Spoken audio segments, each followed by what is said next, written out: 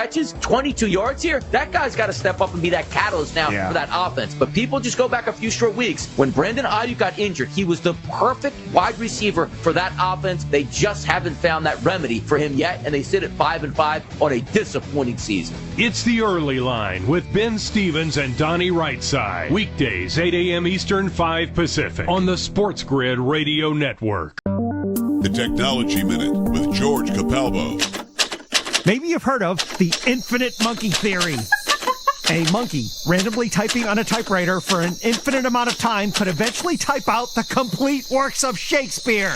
Though this be madness, yet there is method in it. A University of Technology in Sydney decided to test this theory. What would happen if a reasonable population of 200,000 monkeys all typing one letter per second until the end of time? The universe, a cold, dead cinder. The number 10 with 99 zeros, years. The answer? There's only a 5% chance that a single monkey would even type the word bananas. So what you're saying is, it's not to be. Follow me at Chicapalbo on X, and stay tuned to the Technology Minute for more cool stuff like this.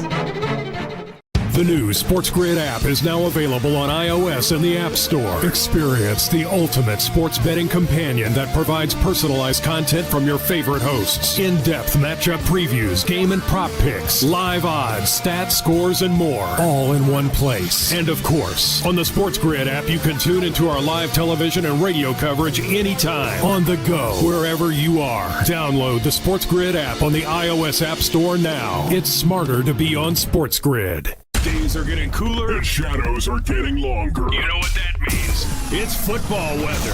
So bundle up and keep it here for all the latest strategies and gridiron information. It's smarter to be on SportsGrid. This is the SportsGrid Radio Network.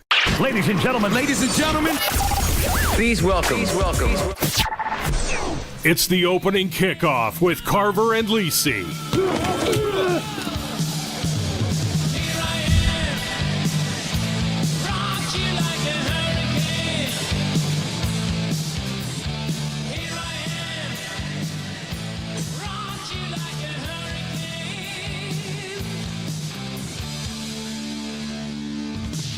All right, here we go. Carver and Lisi with you. SportsGrid Radio, Sirius XM, channel 159. Great to have you with us on a Tuesday night on the grid. 844-843-6879 is the number. Great to have you back aboard. Plenty going on tonight. Big football show, of course. We got a lot. Stuff to recap from the last few days. We've got week 12. We're already looking ahead to, at some point, I'll give you these new college football playoff rankings, too, that came out tonight, which, continue to, on some level, make you scratch your head if you're a college football fan. That's for sure. We have lots of hockey tonight. There's a bunch of games, including the rare oddity, at least for us in the New York area, with both the Islanders and the Rangers in Western Canada tonight. You do not see that very often, but both of them have the late-night trip in Western Canada. We do have NBA Cup games. Cleveland looking to start 16-0, not looking good at the half as they're getting smashed by the Celtics in Boston right now. So we'll see how that goes for them. And we got, finally, American League Award Week, and I get to gloat about Paul Skeens winning the NL Rookie of the Year, which I'm very, very happy about. Mike Carver with you. Sans Joe out on assignment. We're trying to figure out who Joe is after. I believe I saw a ticket of his from Sunday, and oh man, there was somebody he really was upset with. I have to give the person credit. Joe is very, very mad with, who is it? Joshua Palmer on the Chargers. Cost Joe a very big ticket on Sunday night. So of all the guys that Joe wanted to back, he decided Joshua Palmer of the Chargers on Sunday was the guy that was going to torture him the most. So sounds to me like you deserve what you get if that was where he wanted to be. Mike Carver with you, no Joe. That means, of course, on a Tuesday, George Kurtz is with us. Gentleman George. Hi, George. How are you?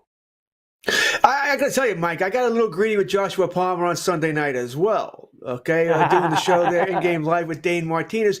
We hit one over. We hit his original over here, and then I'm like, I got greedy. I went back to it. Took an in game over again. I mean, it was annoying. He had one play. He dropped one ball that would have got our over. I think another play might have been a penalty. It was called back. So yeah, Joe maybe shouldn't be mad at Palmer so much. Maybe mad at the refs for calling the play back. Palmer did have a drop. I guess so. Maybe Joe's mad at everybody. Joe altered him to 25. Joe altered him to 25, and he finished with 23. So that was where Joe got. And it was a nice ticket Joe had that he would have had on that. He had a couple nice tickets with Josh Palmer in here. So very unlucky for Joe on that. Was Palmer gutless? Yes, Josh very gutless. Palmer. Sure. A lot of guys around here gutless on a daily basis, but. It's good to see you as always, George, as we get ready here. We'll do plenty of the football tonight, but let's get through some of the live stuff that is going on first. And I did mention, and since you're here, we'll start with the pucks. We do have hockey, not as big as usual on a Tuesday. Usually Tuesday is a pretty healthy night in the NHL, but I feel like it's kind of light tonight. There are 7 games. Oilers lead the Sens 3-1. At the end of the first in Ottawa. Remember, they lost in Montreal last night. Last night was dog night in the NHL. Anaheim won in Dallas. The Sharks won at home against Detroit. Montreal beat Edmonton. I think there's a fourth, too, that I'm forgetting off the top of my head. Penguins lead the Lightning 1-0 early in the second in Pittsburgh. Everything else has not started yet. Wild in St. Louis starts in a moment. Panthers and Jets start in a moment. Ducks in Chicago against the Blackhawks. And as I mentioned at the top, both the Islanders and the Rangers in Western Canada this evening, George. So you do have 7 games. I'm sure you're very involved. Absolutely. If you were paying attention on our money line this morning here, Scott Wetzel and I, we talked NHL. You know, I'm big on this Edmonton game. Everything got shut out last night by Montembeault and the Canadiens. I didn't see that happening again here. So I have quite a few bets on this Edmonton game. Obviously, I'm on them to win. I think they were a dog. I think it was minus 102, something like that. I saw a pick'em when me and Pharrell did it on Coast to Coast. It was right about pick'em in that area. Almost on the over. The over was 6.5 even. Even money here. That's an automatic for me with Edmonton. I'll take the over there against Ottawa, a team that can also score goals here. I'm on Draisaitl to score a goal. We don't have that yet. We are on McDavid hat-trick alert. He's got 2 goals in this game. 2. I'm on. I clicked on McDavid to get 2 or more points, so we cashed that as well. Yeah, the only thing we're waiting for now, we need a couple of more goals, and it would be nice if Draisaitl would get one of them. I'm also on Tampa Bay over Pittsburgh, so it's not perfect. Yeah, the Penguins stink, George. They're a bad hockey club right now, that's for sure. And we do have some games that are about to start. Are you rolling with the Islanders here tonight in Calgary, who have had an okay trip? They won where'd they win? In Vancouver. They got a pretty good loser point in Edmonton. They kind of blew it in the third period against Seattle on Saturday. So it's been kind of a win some, lose some type of Western Canada trip, but they could leave on a pretty good note. I know they got to stop at Detroit on the way home as well after this, but they can make it a pretty good swing through these 4 stops if they can get a W tonight. Absolutely. You said that the loser's point, as we call it, that was a pretty good loser point in Edmonton, right? You came back from a 2-goal deficit there, tied late, so no issues there. I think with the Islanders, the way I've been hitting it late, Mike, it's not so much betting the game. But I'm betting the over. We're still getting 5.5 with the Islanders each and every game. The Islanders are scoring goals. They're giving them up too, and they're scoring goals. So that's how I'm attacking this game. I took the over. We only need 6 goals. We can't get 4-2. Maybe even worse than that here. So I took the over in the game here. Nothing else yet. I would like to take it anytime goal scorer here, but who you want to go? Bo Horvat, Brock Nelson, maybe. So. Haven't pulled the trigger yet. There's nothing I'm feeling great about as far as an anytime goal scorer. Lee's been pretty good lately too. I mean, I guess you could throw Lee in there, somebody maybe. But I guess that well could run dry at any moment when it comes to him. Palmieri's been pretty good lately too. He has well. Palmieri's been scoring some goals for them, so that's not a bad one to look at either. And the Rangers, who are out to an 11-4-1 start, are in Vancouver against the Canucks. Which is the last game of the night, which will start right when we're finishing up about 10 East. later there. Quickly, there is NBA if you're so inclined. I told you the Celtics are smashing the Cavs 65-48. That is at the half there. Cavs are looking like staring down their first loss of the season. Hornets are up 37-23 on the Nets in Brooklyn. Grizzlies, Nuggets, no joker there, no lot of guys. Pelicans, Mavs in Dallas. Thunder, Spurs, no Wembanyama in San Antonio. I'm sure TNT's thrilled about that. And Jazz, Lakers, late night as 10.5 here for the Lakers here. So that's a very big number. But they've been good at home, so you have that. We will get to plenty of football as well. We've got guys getting chopped left to right. We even had a guy chopping in hockey today, George, with Montgomery getting chopped in Boston. I guess that's what happens when you lose 5-1 to Columbus at home, right? I mean, somebody's got to pay the price when you lose 5-1. That was the other dog I was thinking of. I mentioned big dogs last night. Columbus was a big dog in Boston, and they won. That gets you chopped, right, George? You lose to Columbus 5-1 at home. It's not a good thing, right? It's a lot of pressure in Boston, right? They I gotta tell you, Mike, I thought this was coming the last couple of years, and it didn't. They always were good, and now maybe not so much. Listen, they're an older team, Pasternak, Marchand, and Marchand's not the same player anymore. They don't really have much secondary scoring there. I personally think this should have happened a year or two ago. I think they held on for as long as they could, and that window is now closed. I'm with you, and honestly, I don't think Swayman's that great for the 8-year deal that they just gave him. I mean, he's not Patrick Roy. I mean, few are anymore, that's for sure. Carver and Lisi, SportsGrid Radio. George Kurtz in for Joe. Just getting going on a Tuesday night on the grid. Matthias has to face the podium for the Falcons, too. We're back in. Ball is coming. Don't look like an idiot at work. Know your stuff. Football and everything else. It's smarter to be on SportsGrid. This is the SportsGrid Radio Network. Football Full Circle.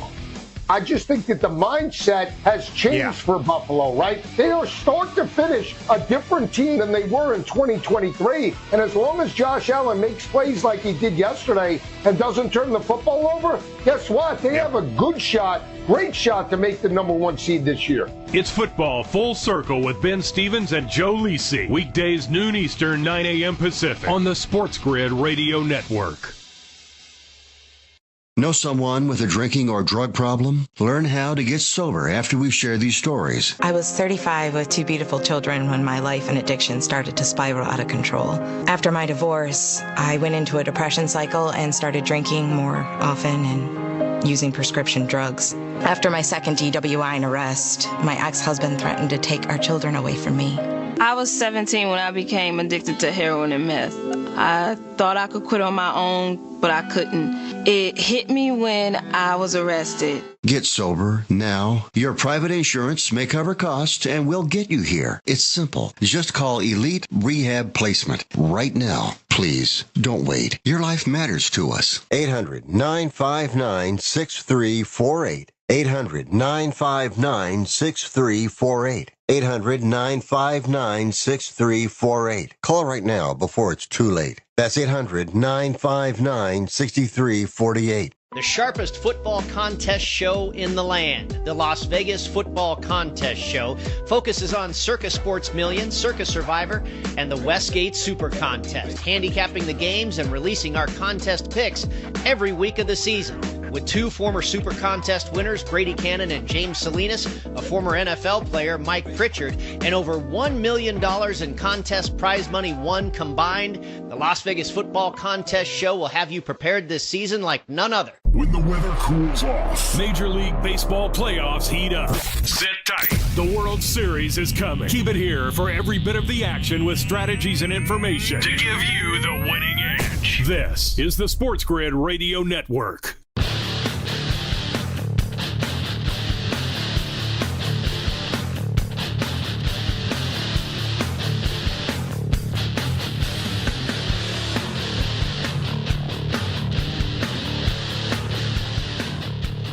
And we're back. Carver and Lisi, SportsGrid Radio, Sirius XM, channel 159. Great to have you with us here on a Tuesday night on the grid. Mike Carver with you, Sans Joe, out on assignment. Of course, George Kurtz is here as per usual tonight. One thing here live, George, if we want to ponder with this, Tampa down here in Pittsburgh against the Penguins, you're already in the mix with the Lightning. But if I could interest you in getting in a little bit more, plus 168 for Tampa, live money line. I like it. Any interest? Why not? Right? About we put it with the Isle because this is like a Joe move. It's me and Joe's usually on. This is like something me and Joe would do, George. It's like we're so greedy that the 168 isn't even enough. So of course, I'm about to say to you, why don't we put it with the Islanders? After Tampa to win with the Islanders, let's go. There we go. Not going to do that. That Islander Calgary game is close to a 50-50 toss-up as far as the teams are concerned. I don't think I'm going that direction. But you have no problem talking me into Tampa Bay, right? I think I think if you wanted to pick Tampa Bay, you sort of wanted Pittsburgh to go up 1-0, right? And you get a better price here. They're not going to get shut out. So yeah, I'm with you. I can double click on Tampa. All right, I will. I'm going to get involved here, George. First play of the night. Let's go here. I'll follow you. We'll do a little double tap. Double tap here. Lightning get verified with the Islanders. Here we are. All right, I'm in. Let's go. We're rocking and rolling now here tonight. Let's get it cooking. There you go. We're in. You even used the little boost token, George, up to plus 501 to get us going. Very nice. So we every little bit more. Why not? Let's get moving. All right. So now we're on the Lightning. Scoring the next goal. Yeah, don't say that to me, please. Don't say that. As hopefully that's not the case. Now I'll have to get that game on too, which I do have with all the ESPN games. So we should be able to do that. All right. Speaking of chopped, we said Montgomery was chopped. We also had a chopping in the NFL today. So why don't we do that before we start looking back at some of these games? And that, of course, was in New York, New Jersey, really, with the Jets and general manager Joe Douglas. Now, it's bizarre, George, because I think me and you, because we've obviously been together every Tuesday here during football season. So we've had, I think we were together, obviously, the day Salah got chopped, also with the Jets. So this is nice. Like, the Jets give you so much news in cleaning the place out that you always have something for them. But they're 3-8. And I know that Douglas was like trying to live forever off of the Garrett Wilson, Sauce Gardner, Breece Hall draft in 2002, which is, it was a great draft, George. I'm not going to deny that there. But the problem is that all those other drafts were awful. And I don't know who takes the blame for the Rodgers stuff. It's probably the owner. I'm sure that Woody went and knocked on Joe and Salah's door and said, I really want Aaron Rodgers to be the quarterback of the Jets. But, even still, if you're the GM, you got to know that the 40-year-old quarterback, there was some rolling of the dice to that too. Either way, almost 6 seasons, doesn't make it to the end. Another cycle through for the Jets, George. They just can never get it right. Once again, Jet will jet. Yeah, the only surprise about this is that it happened now and not on Black Monday. All right, that's the only surprise here. He was a dead man walking. It was going to happen here. What's the point of doing it now? I don't know. You're not going to hire your GM of the future right now, right? You're going to have to wait till after the season see who's available and you go from there. So I don't know what the point is of them making yourself look like a little bit of a mockery here. But once again, is what it is, as we have a goal from Leon Draisaitl. Oh, that is so nice. So nice. Anytime goal, Leon. Thank you so much. And we get, of course, another goal towards our over. We need 2 more goals here. I just thought Everton was going to just pound the snot out of Ottawa tonight. So good go in there. Back to the Jets. Listen, they're a mess. They are a real mess when you think about it, Mike, because you need a GM, you need a coach, you need a quarterback. All right. You're imploding enough where you should have a top 8 pick, somewhere around there, certainly top 10, I would think, even if you win a couple of games here. So, I don't know. You speak to this more than I could of how big a quarterback class this is going to be coming out here, but they still might have to trade up and give up more picks to go up and get a quarterback that they want. So that could be an issue as well here, but just a disaster for New York. I'm not a believer that it's a great quarterback draft at all. I would, if I was looking for a quarterback, I'd be waiting another year and hope that you get Arch. if you were going to go completely in the tank, and maybe the Jets can do that, because honestly, they're going to have to strip it again. I can't believe they're doing this again, but they're going to have to strip it down to the studs, which is what they're doing in the front office wise. If you're trying to hire someone to actually take that job, and I know the old cliche is there's only 32 of these jobs and somebody's going to want it, being the general manager of an NFL team. That is a daunting task, George, when you think about it, especially if this guy wants to come back and play quarterback next year and not just – I think if you were a Jet fan and you're the Jets in general, you want Rodgers to go sleep in that bunker with the darkness and never come out. That might be the best thing for you right now. I know it would still hurt your cap, and you're going to be banged anyway, but at least you could play someone else. Like, how appealing is that job that you got that hanging over you, that you're going to have now a 41-year-old quarterback next year? That can't be too appealing. Who looks finished? I'm looking up now how much of that contract is actually on there. I don't think it's terrible. I think it's kind of a mutual option thing. So I think it wouldn't kill them to move on. All right, and then they have to move on. They don't have a choice. You're not going. Rodgers is done. All right, so looking at the what's he guaranteed next year? 2025, 2.5 base, $7 million signing, 14 is an option. The cap hit's 23. It's doable. It's doable. You're not going to win with Rodgers, right? So you have to move on. Either you're going to draft somebody. I guess you could sign somebody too. Sam Darnold. Is he going to pull the full circle Favre and go play with someone else, one other team before he's done? Well, Minnesota? Do exactly what Favre did? Go play with someone else? No, I think Carver and Lisi, Sports Radio. George in for Joe. We're back after this.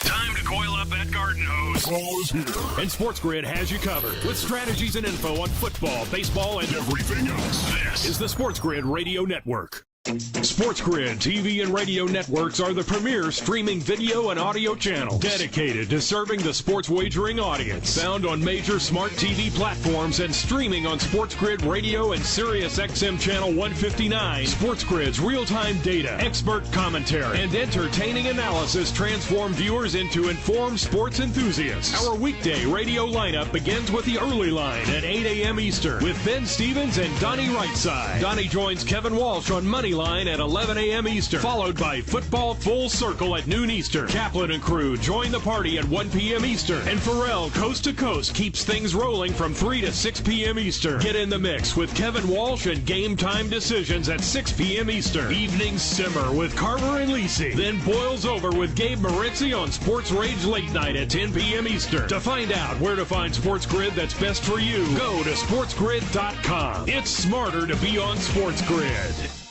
The early line. The Denver Broncos, sometimes you want to show what a team is made of. And this is why Sean Payton is a great coach. You lose in devastating fashion last week. You get home and absolutely play probably your best football game of the season. That shows you a guy that's won a Super Bowl before and has the ear of that locker room and understands, like, hey, we let one slip away. Let's not let two games slip away. They were fantastic. Credit to that locker room and the head coach. It's the early line with Ben Stevens and Donnie Rightside. Weekdays, 8 a.m. Eastern, 5 Pacific on the SportsGrid Radio Network.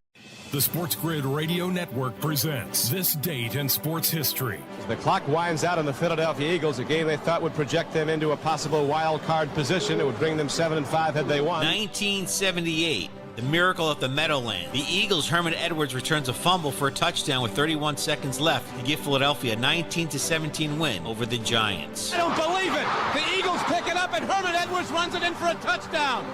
For SportsGrid Radio, I'm Mike DeMurgis. Right before your very eyes, the boys of summer are about to become the champions of fall. MLB playoffs are coming, and SportsGrid will bring you all the angles, strategies, and info. It's smarter to be on SportsGrid. This is the SportsGrid Radio Network.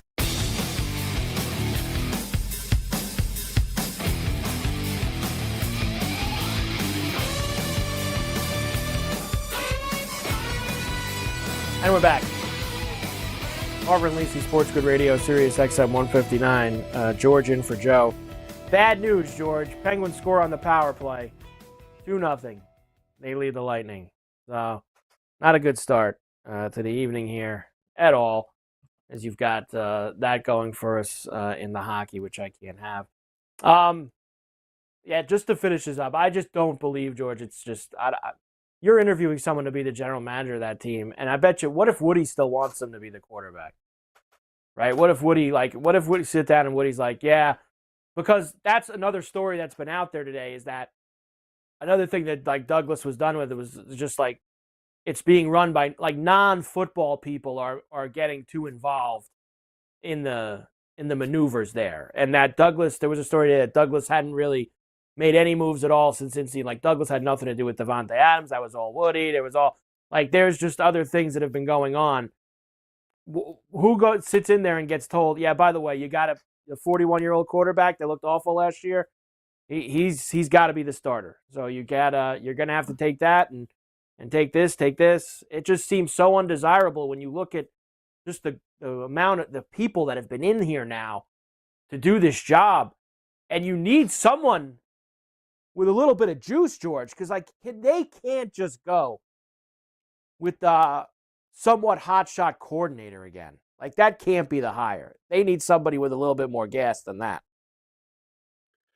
Well, if Woody is that involved, right, and we do know he was a big part of getting Reddick in there, right? He pleaded with Reddick to come in there. Soleil was fired. So if he is that involved now, then maybe the best thing for the Jets is that he does get named ambassador to England, right, and to get the hell out of there. And we get somebody with a little bit more sense here. Listen, we joke about it, but it very well could happen, right? So maybe that'll happen there because as the Cowboy fan, I can tell you don't want your owner being involved. It's just not good. Right? You got to get football people. You got to get smart people in there. Even if he gets that job again, like he had in Trump's first term when he was the ambassador to the United Kingdom, like he's still the owner of the team, and I know his brother's technically the governing guy while he's doing that job.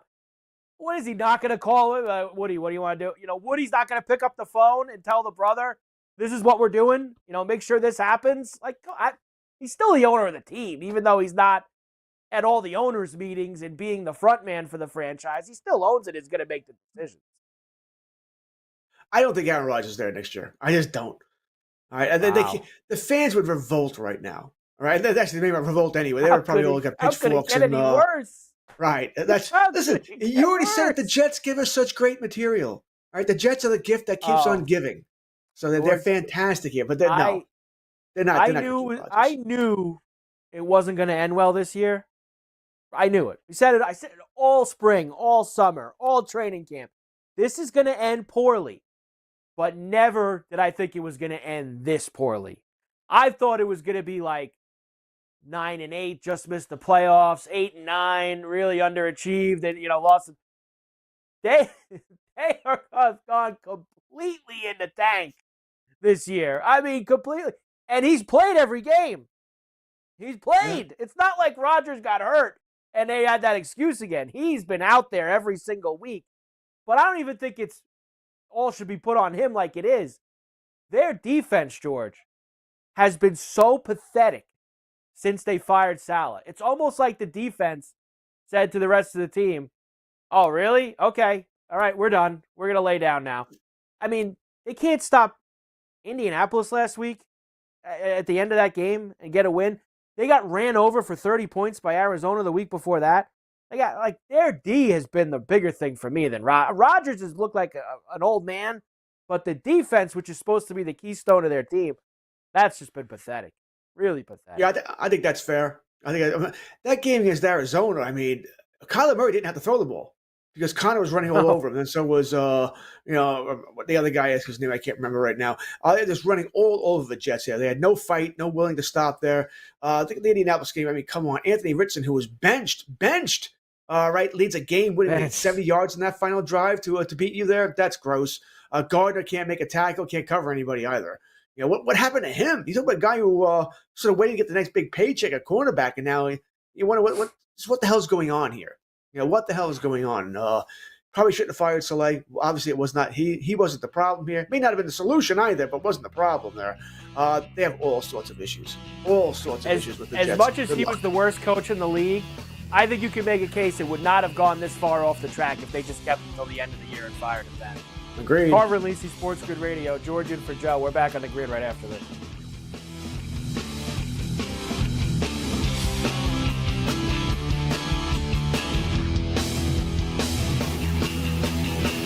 Fall is here. It's getting cooler. Football and the World Series are coming in. Life is good. SportsGrid makes it better. Get the winning edge. This is the SportsGrid Radio Network. If you've turned 65 recently like me, it's important you find a Medicare Advantage plan that gives you the coverage you're looking for. But finding one can be difficult. The best thing I did, and I suggest you do the same, is call a licensed insurance agent and let them walk you through your Medicare Advantage plan options. There are so many benefits you have access to, so make the call now and let the representatives explain everything to you. Our licensed insurance agents can offer you a variety of Medicare Advantage plans. Plus, the call is free, the information is free, and there's no obligation to enroll. We're here to make it easy for you to select a Medicare Advantage plan that may work for your needs. Finding a Medicare Advantage plan can be easy if you do what I did. Make a quick call right now to learn more. Thank you. 800-365-6303. 800-365-6303. 800-365-6303. That's 800-365-6303. The Technology Minute with George Capalbo. Maybe you've heard of the infinite monkey theory. A monkey randomly typing on a typewriter for an infinite amount of time could eventually type out the complete works of Shakespeare. Though this be madness, yet there is method in it. A University of Technology in Sydney decided to test this theory. What would happen if a reasonable population of 200,000 monkeys, all typing one letter per second until the end of time? The universe, a cold, dead cinder. The number 10 with 99 zeros, years. The answer? There's only a 5% chance that a single monkey would even type the word bananas. So what you're saying is, it's not to be. Follow me at Capalbo on X, and stay tuned to the Technology Minute for more cool stuff like this. Fall is almost here. It's time to stow the lawnmower and get ready for all that glorious action coming your way. Stay tuned to SportsGrid for all the strategies, angles, and info you need to get the winning edge. This is the SportsGrid Radio Network. And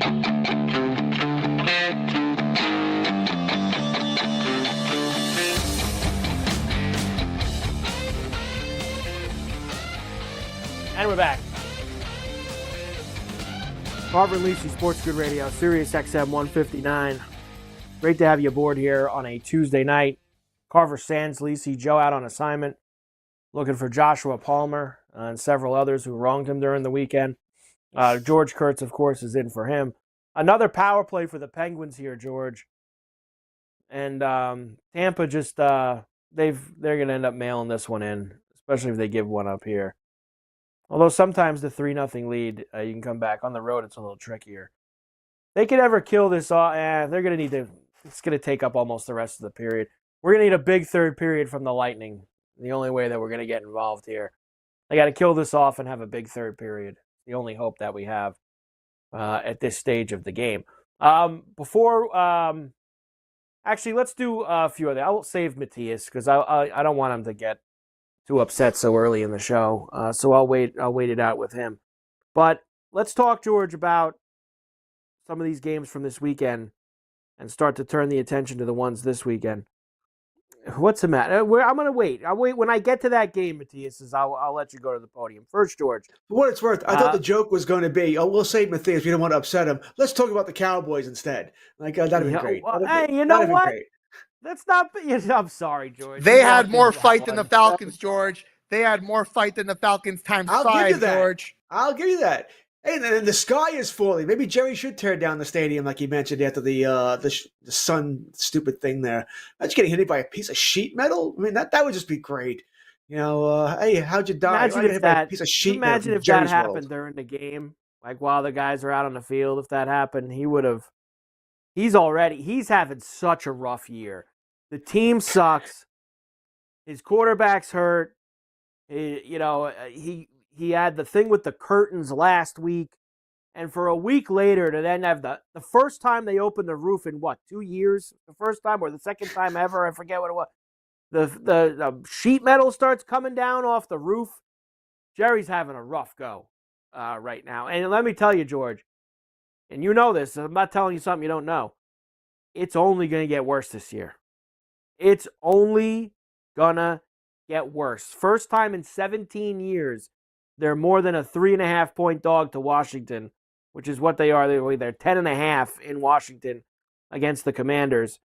What stuns me the most, George, watching that game last night, how bad is Trey Lance that he can't play over Cooper Rush? How bad is he? Because let's think about it. Like, this is a guy who was picked in the top 5 of the NFL draft. Kyle Shanahan was running to start this guy. Like, he wanted him in there playing. He was the quarterback of the future, but the guy couldn't stay on the field. He was always hurt. And then he got lucky with Brock Purdy, and Purdy ended up being great, so he could get rid of Lance. How bad is this guy that he can't play over Cooper Rush, George? Who watched him throw the ball. What did he throw the ball? 55 times last night? It was a rough watch, and I know it was even rougher for you. But he throws a nice. It was great for me. I was all over Houston. All right, Joe Mixon. We had all over Houston. I don't know if I'll be the same. I had Nico Collins' first touchdown, George. I had him for a touchdown. Period. I took him for a touchdown. Period. Anytime touchdown. Yeah, that was not good. I still don't think he might have got another one later in the game, but that didn't happen. What are we going to do here? Listen, everything you said there is true. All right, Jerry Jones he's just lost it. Right, his press conferences now are just ridiculous. He thinks the something that it's an advantage for his team. That's why he won't put up the curtains. Yeah, okay, whatever, Jerry. The roof's falling down here. It's a mess, complete mess here. Dallas getting 10.5 this week. I don't know if I feel the same way about Washington blowing him out. I think Dallas actually might cover. That being said, once again, money line this morning, Scott Wetzel. We didn't talk about the game as much as Dallas over/under for wins is 5.5, Mike. I don't think they get it. 3. The only 2 teams on their schedule, if you go by schedule, that they're even with, they'll be the Giants and Carolina. Everybody else they should lose to. And I don't know if they can beat the Giants or Carolina. I don't think they can beat both. You know, they play the Giants on Thanksgiving, and they play Carolina a couple of weeks later. Other than that, they're playing Tampa, they're playing Cincinnati, Philadelphia, Washington twice. They're not beating any of those teams. Well, I brought their schedule up, so I wanted to. It actually something else crossed my mind that I got to ask you too.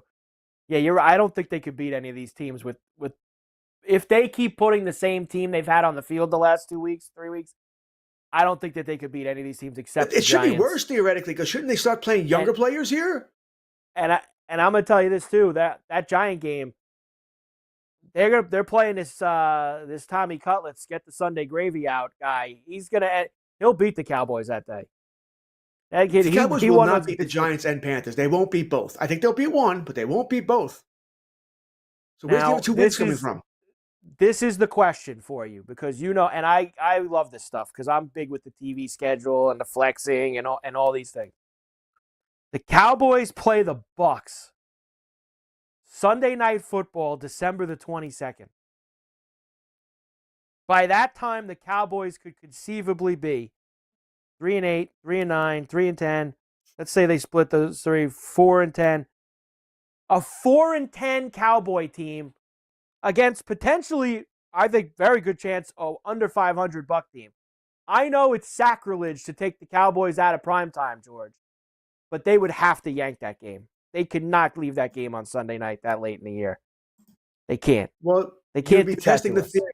That was such a big draw, you can't take them off, right? You'd be testing that theory. I don't think the Bucs will be sub, by the way. I think the Bucs will be above 5. The Bucs play Giants, Carolina, Vegas the next 3. I think they're winning all 3 of those. They might lose to the Chargers in Week 15 at LA before they play Dallas. So I don't think the Bucs will be below 500. I think they'll be right there with the Falcons for that division. Cowboys are going to be like 4-10. You're going to put the Cowboys on Sunday Night Football at 4-10. One thing I keep saying here is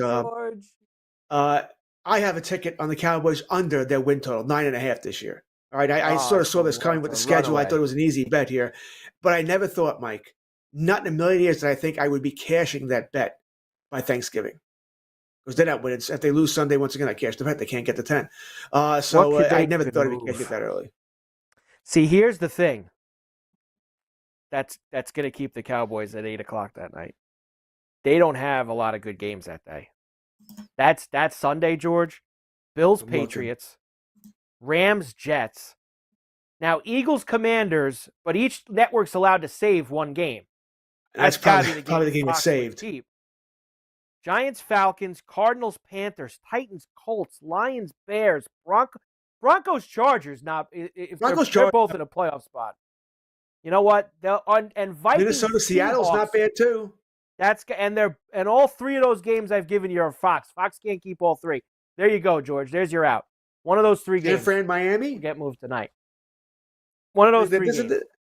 I think if they have the stones to get rid of Dallas, which Miami's going to be back in by then too. Miami's going to win these next couple of weeks and be back involved. So that's a very big possibility. They can't keep the Cowboys. As a Cowboy fan, Mike, I don't want them on national TV. All right, get them off. I want to see another game. I don't want to see that game. I don't want to be on. I don't want to be on with Gabe at in-game live Sunday night, going, "Oh yeah, it's 34-3. This is fun." I'm always worried about if they're going to flex these games. I always look ahead to see what games are they flexing, what games are up for flex. They will not flex Dallas, Cincinnati. They can't because that's the Simpsons themed game, and they have already. I know that's fine. That's fine. That. I don't like that they can flex the Monday night games now. I think Monday nights it is what it is, but Sunday night, I don't think they should. The Sunday night you can't have a bad game Sunday night. I need a good game, finish off the day. Monday's a little different. I could tolerate it if it's an awful game. We could find our way around it, but I like having a good because it's easier to move. I don't think it's fair to the fans themselves who plan these things months and months in advance when they get the schedule to then tell them hey, you got to move him from Monday to Sunday. I don't like that at all. Carver and Lisi, SportsGrid Radio. George in for Joe. We'll come back. We got more to do on the grid right now.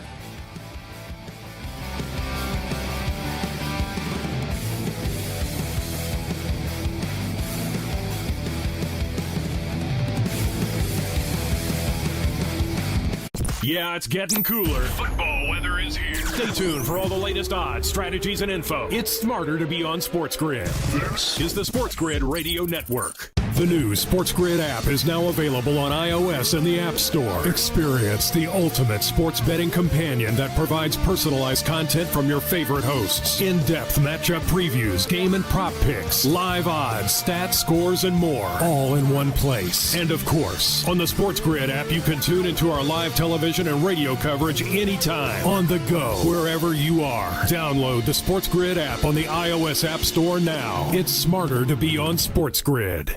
The SportsGrid Radio Network presents This Date in Sports History. The clock winds out on the Philadelphia Eagles, a game they thought would project them into a possible wild card position. It would bring them 7-5 had they won. 1978. The miracle of the Meadowland. The Eagles' Herman Edwards returns a fumble for a touchdown with 31 seconds left to give Philadelphia a 19-17 win over the Giants. I don't believe it! The Eagles pick it up and Herman Edwards runs it in for a touchdown! For SportsGrid Radio, I'm Mike DeMurgis. SportsGrid TV and radio networks are the premier streaming video and audio channels dedicated to serving the sports wagering audience. Found on major smart TV platforms and streaming on SportsGrid Radio and SiriusXM Channel 159. SportsGrid's real-time data, expert commentary, and entertaining analysis transform viewers into informed sports enthusiasts. Our weekday radio lineup begins with the early line at 8 a.m. Eastern with Ben Stevens and Donnie Rightside. Donnie joins Kevin Walsh on Moneyline at 11 a.m. Eastern, followed by Football Full Circle at noon Eastern. Kaplan and crew join the party at 1 p.m. Eastern, and Pharrell Coast to Coast keeps things rolling from 3 to 6 p.m. Eastern. Get in the mix with Kevin Walsh and Game Time Decisions at 6 p.m. Eastern. Evenings simmer with Carver and Lisi, then boils over with Gabe Moritzi on Sports Rage Late Night at 10 p.m. Eastern. To find out where to find SportsGrid that's best for you, go to sportsgrid.com. It's smarter to be on SportsGrid. No way football is playing in the fall and winter. Because the hits don't hurt as much when you're numb. Get the lowdown on all the sports action coming up right here. It's smarter to be on SportsGrid. This is the SportsGrid Radio Network.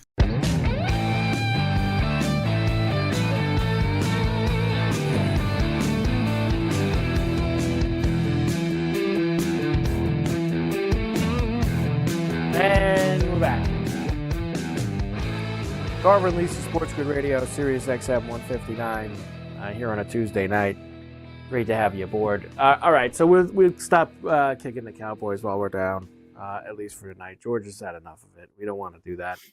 all night to him. Instead, George, at least one of us is happy not just this week but this year with their football team. So I was, we talked a little bit about the Bill Chief game last week, and nothing changes for me, George, in the big picture of this. I think it's still, as I said, you got to prove it when the real money's on the table. But it always feels good to beat that team. I know that they've only beaten them in the regular season. They are pretty damn good at that, too. It's the fourth time they've beaten them in the regular season in the last 4 years. So they're good at beating them in the regular season. But they have to now translate that into the postseason. And there's one thing for me, George, in that game that actually makes me think maybe things could be different this year if they cross paths again in January. And that was, I saw Sean McDermott do something that he never did in any of the other Chief games. And he even admitted so afterwards. And maybe this is where he could turn the corner and this franchise can finally get over the hump. In the last 5 years, George, he would have absolutely kicked that field goal to go up 5 with just over 2 minutes to go. There's no doubt in my mind. And Mahomes would have took the ball, and he would have went down the field, and they would have lost the game on a touchdown. For him to let Allen finally just be Josh Allen and go and take the game, don't even put the ball back in their hands. Just go and win it. And hell, George, he didn't even need, he could have just got the first down and just probably ran the clock out. They would have won the game there, but he just went and just said, boom, I'm just taking this. Two-score game, finished, done, kaput. That was the biggest thing for me, was McDermott actually having the stones to go for it there and not kicking the field goal and going up 5. It was an impressive win. It's hard to say it wasn't. Everything you said is true there. I might also go with the fact he did it without Keon Coleman, without Dalton Kincaid. Yeah. That is, once again, that is really impressive here. And Amari Cooper was hampered. He wasn't 100%, although he looked pretty good out there. But he wasn't 100% either here. So, and I know you already said it, right? They always beat Kansas City in the regular season, can't beat them in the playoffs. That's all fine and good. It's an impressive win. It's an impressive win here. I think right now you can make a very strong argument, and I would certainly make it, that Buffalo is the best team in the AFC. I understand it's November 19th. 2 months can change things. There could be other injuries. We'll see here. But as of right now, like I said, if I was going to place a bet here on the exact Super Bowl, it would be Buffalo and Detroit. That's sort of who and by the way, I fully admit, by the way, that if it's Buffalo and Detroit, the world is probably ending the next day. So hey, say goodbye to your loved ones. One team never won the Super Bowl. The other team has never been there. So it probably would be the end of the world as we know it here. But that's, and by the way, the Cowboys aren't going. I know that. So as a fan, I gotta tell you, Mike, I wouldn't mind seeing that. I think that'd be a fun game. Me and Sharapan talked about this yesterday, and it would be, you think about a matchup like that, and for me, it's obviously nice to dream, and I hope it happens, because that means my team's there, and they're playing for it. But I think that people, obviously, they love the big stars, but I think people have obviously, outside of Kansas City, kind of had enough of the Chiefs, and that's any sport, right? I mean, people felt that way about the Yankees in the late 90s and early 2000s, and they feel that way about, even Tampa wins a couple cups, and they go to their, people who aren't fans of that team get a lot of fatigue of seeing that team in the championship every single year. So I think anybody would want Kansas City out outside of being a fan of them. And I think the Niners as well have hit, even though they haven't won, them being in there a lot has gotten some fatigue. When you have two teams that have never won it, and there's only, what are they at, George? It's is it 6 or 7 teams at this point that haven't won it? The list has gotten short of where we're at in terms of how many have not. I don't think it's too much, maybe 8 tops. But 2 tortured fan bases, 2 tortured city, it would be a pretty surreal Super Bowl, and you're right, the world would probably end the next day. Either Buffalo or Detroit won it. And I don't think anyone's even in the stratosphere of Detroit right now in the NFC. I think the Niners have got all kinds of problems. I know Minnesota's only a game back for them, but they've beaten them already. Sam Darnold sucks. And Sam, I know, he's good. The thing is, usually if a team's winning like this in the middle of the regular season, you're kind of like, yeah, well, it's the regular season. I just truly believe that Campbell is out on a complete just wrecking crew tour this year. To just no doubt about it. We are leaving no doubt. We are the team that everyone is going to have to go through to win this year. And that's why he's rubbing it in these teams' faces every single week. I mean, he's lighting it up, Joe. He did it to Dallas. He's done it to Tennessee. He's doing it to Jacksonville. He's just lighting them up every week. And I think it's just to prove a point that my team is this good this year, and I believe we're going to back it up in January. I don't think he's wrong. I don't think he's wrong. I think the team that I might give them the best run for their money is not one of the ones you mentioned. I would go Philadelphia, who seem to be putting it together now. And they can always run the same kind of team, right? They can run the ball with Barkley or throw the ball with Hurts. I understand Hurts hasn't been – his fantasy numbers are great, but as far as passing, he's been so-so. I think he'll get better now that everybody's healthy. A.J. Brown, Devonta Smith, Dallas Goedert. Use Barkley more in the passing game would help too. My only worry for Detroit, Mike, would be the injuries. They are starting to head up on defense, right? You lost Hutch there. Angelone's now out, and they lost somebody else as well. So I might worry a little bit about that, but they are the team to beat. I don't think there's any doubt about that. But once again, if I was going to pick a conference championship game, it'd be Detroit-Philadelphia. I think they're on a collision course there. San Fran, I don't know if they're going to make the playoffs. Right now, they're not in a playoff spot, I don't believe. Right? They got some work to do. I think they're in last place in that division, technically, as far as tiebreakers are concerned. So they got to get in first. 6-4 and 3-5-5s right now in the NFC West with those teams.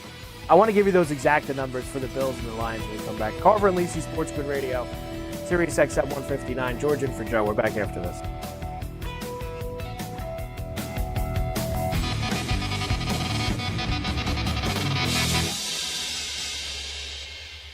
The boys of summer become the champions of fall. The World Series is on its way. And SportsGrid brings you every angle. This is the SportsGrid Radio Network. Do you use the expensive blue or yellow pills to charge your sex life? Are you thinking about it? What if we can promise you the same results for less than $3 a pill? If you're paying $20 a pill for the other pills, you're getting taken to the cleaners. Our pills deliver the exact same results for less than $3. You'll save more than $16 a pill for the same results. And right now, radio callers will get 44 blue or yellow pills for $120 with free discreet shipping. You can save more than $700 off pharmacy prices. Charge your sex life now and save a ton of money. Call now and get your 44 pills and save over $700 and qualify for free shipping. Stop overpaying and call right now. Paid for by Steelman Pills. 800-823-3851. 800-823-3851. 800-823-3851. That's 800-823-3851. Football full circle. They were there. It's no shot. Pat Mahomes, another interception. We saw him step up. They trailed for much of the second half, couldn't pull it out. And that is the weakness right now of Kansas City, the go-to player. Xavier Worthy, dynamic first half, non-existent second half, and that will maybe bite the Chiefs in the end. It's Football Full Circle with Ben Stevens and Joe Lisi. Weekdays noon Eastern, 9 a.m. Pacific on the SportsGrid Radio Network. The new SportsGrid app is now available on iOS and the App Store. Experience the ultimate sports betting companion that provides personalized content from your favorite hosts. In-depth matchup previews, game and prop picks, live odds, stats, scores, and more. All in one place. And of course, on the SportsGrid app, you can tune into our live television and radio coverage anytime. On the go, wherever you are. Download the SportsGrid app on the iOS App Store now. It's smarter to be on SportsGrid. Get sports gaming strategies and information 24 hours a day, 7 days a week. Everything you need to get the winning edge. Right here. All the time. No wonder the wife says you never listen to her. This is the SportsGrid Radio Network.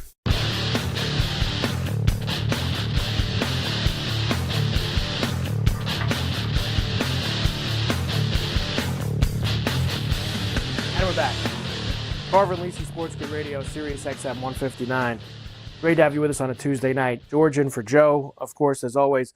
By the way, George got this, so some housekeeping here.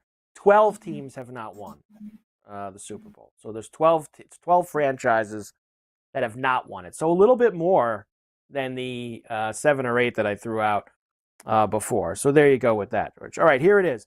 Bills to beat the Lions, exacta, 18-1.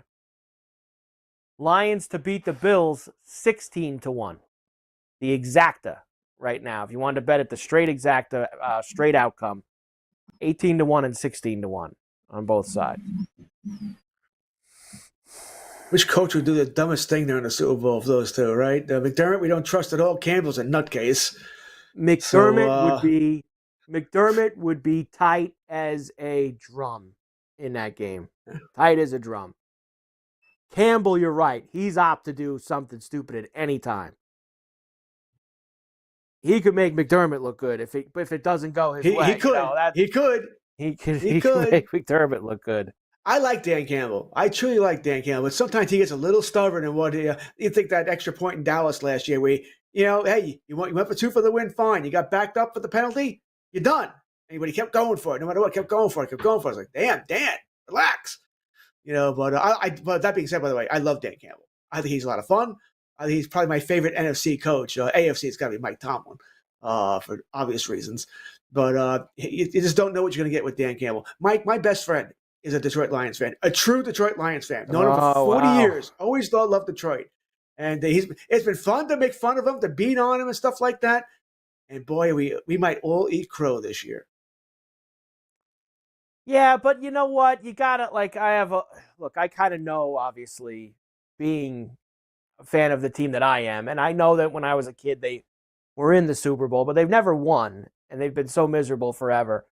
I have guys that I've been friends with forever that are obviously Jet and Giant fans or Cowboy fans or whatever. And they do root, like, if it's close. Like a couple years ago, I got so many texts with the 13-second game. And even last year, it's like they're lovable losers. Everybody will. And if it's just one of them that's in against one of these powerhouses, like if it's Kansas City, Detroit, everybody is rooting for Detroit in that game. Everybody. So I think you get more of a split if it's Bills and Lions. Now listen to this. You mentioned the Eagles.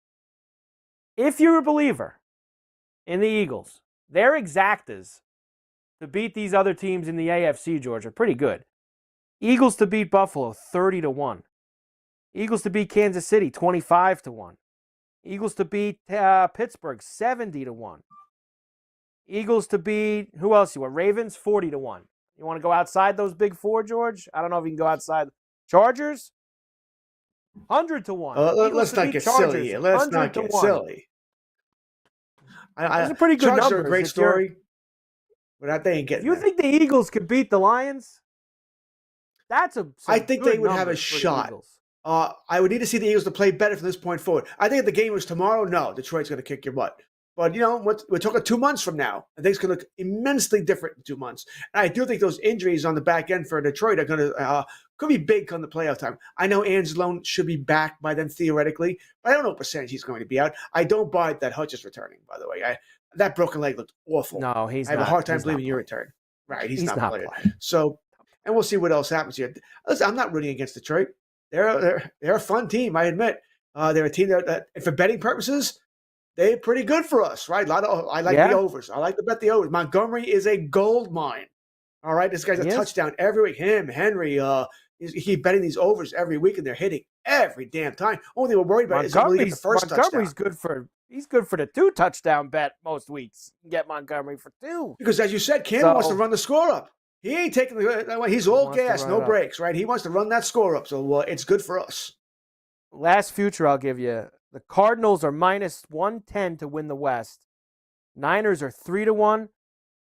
Seahawks are 5-1, and the Rams are 5-1. And they're all at 6-4, 3-5-5. So the Niners now plus 300 to come back and win that West. I would do more research on that schedule there. I think they all probably play each other. Arizona plays Seattle, Minnesota, Seattle, next 3 games. Yeesh. But the Niners schedule, Packers, Bills. They have a Packers, Bills, and Lions all left on the schedule. Those 3 games. And 2 of them are on the road. Carver and Lisi, SportsGrid Radio. George in for Joe. We're back after this hour 2.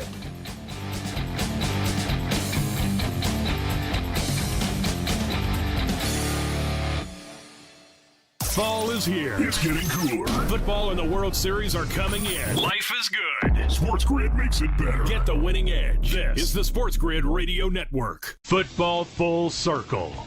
I just think that the mindset has changed for Buffalo, right? They are start to finish a different team than they were in 2023. And as long as Josh Allen makes plays like he did yesterday and doesn't turn the football over, guess what? They have a good shot, great shot to make the number 1 seed this year. It's Football Full Circle with Ben Stevens and Joe Lisi. Weekdays noon Eastern, 9 a.m. Pacific on the SportsGrid Radio Network. The Technology Minute with George Capalbo. Maybe you've heard of the infinite monkey theory. A monkey randomly typing on a typewriter for an infinite amount of time could eventually type out the complete works of Shakespeare. Though this be madness, yet there is method in it. A University of Technology in Sydney decided to test this theory. What would happen if a reasonable population of 200,000 monkeys all typing 1 letter per second until the end of time? The universe, a cold, dead cinder. The number 10 with 99 zeros, years. The answer? There's only a 5% chance that a single monkey would even type the word bananas. So what you're saying is, it's not to be. Follow me at Chicapalbo on X, and stay tuned to the Technology Minute for more cool stuff like this. The sharpest football contest show in the land, the Las Vegas Football Contest Show, focuses on Circus Sports Million, Circus Survivor, and the Westgate Super Contest, handicapping the games and releasing our contest picks every week of the season.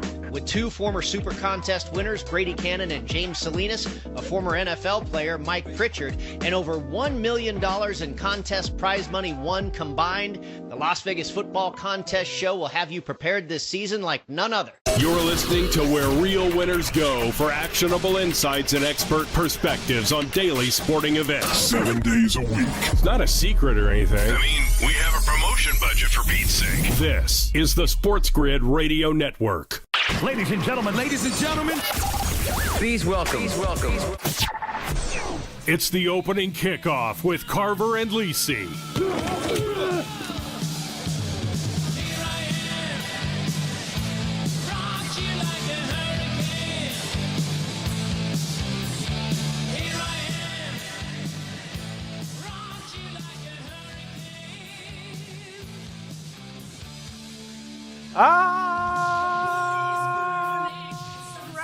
Here we go. Carver and Lisi with you.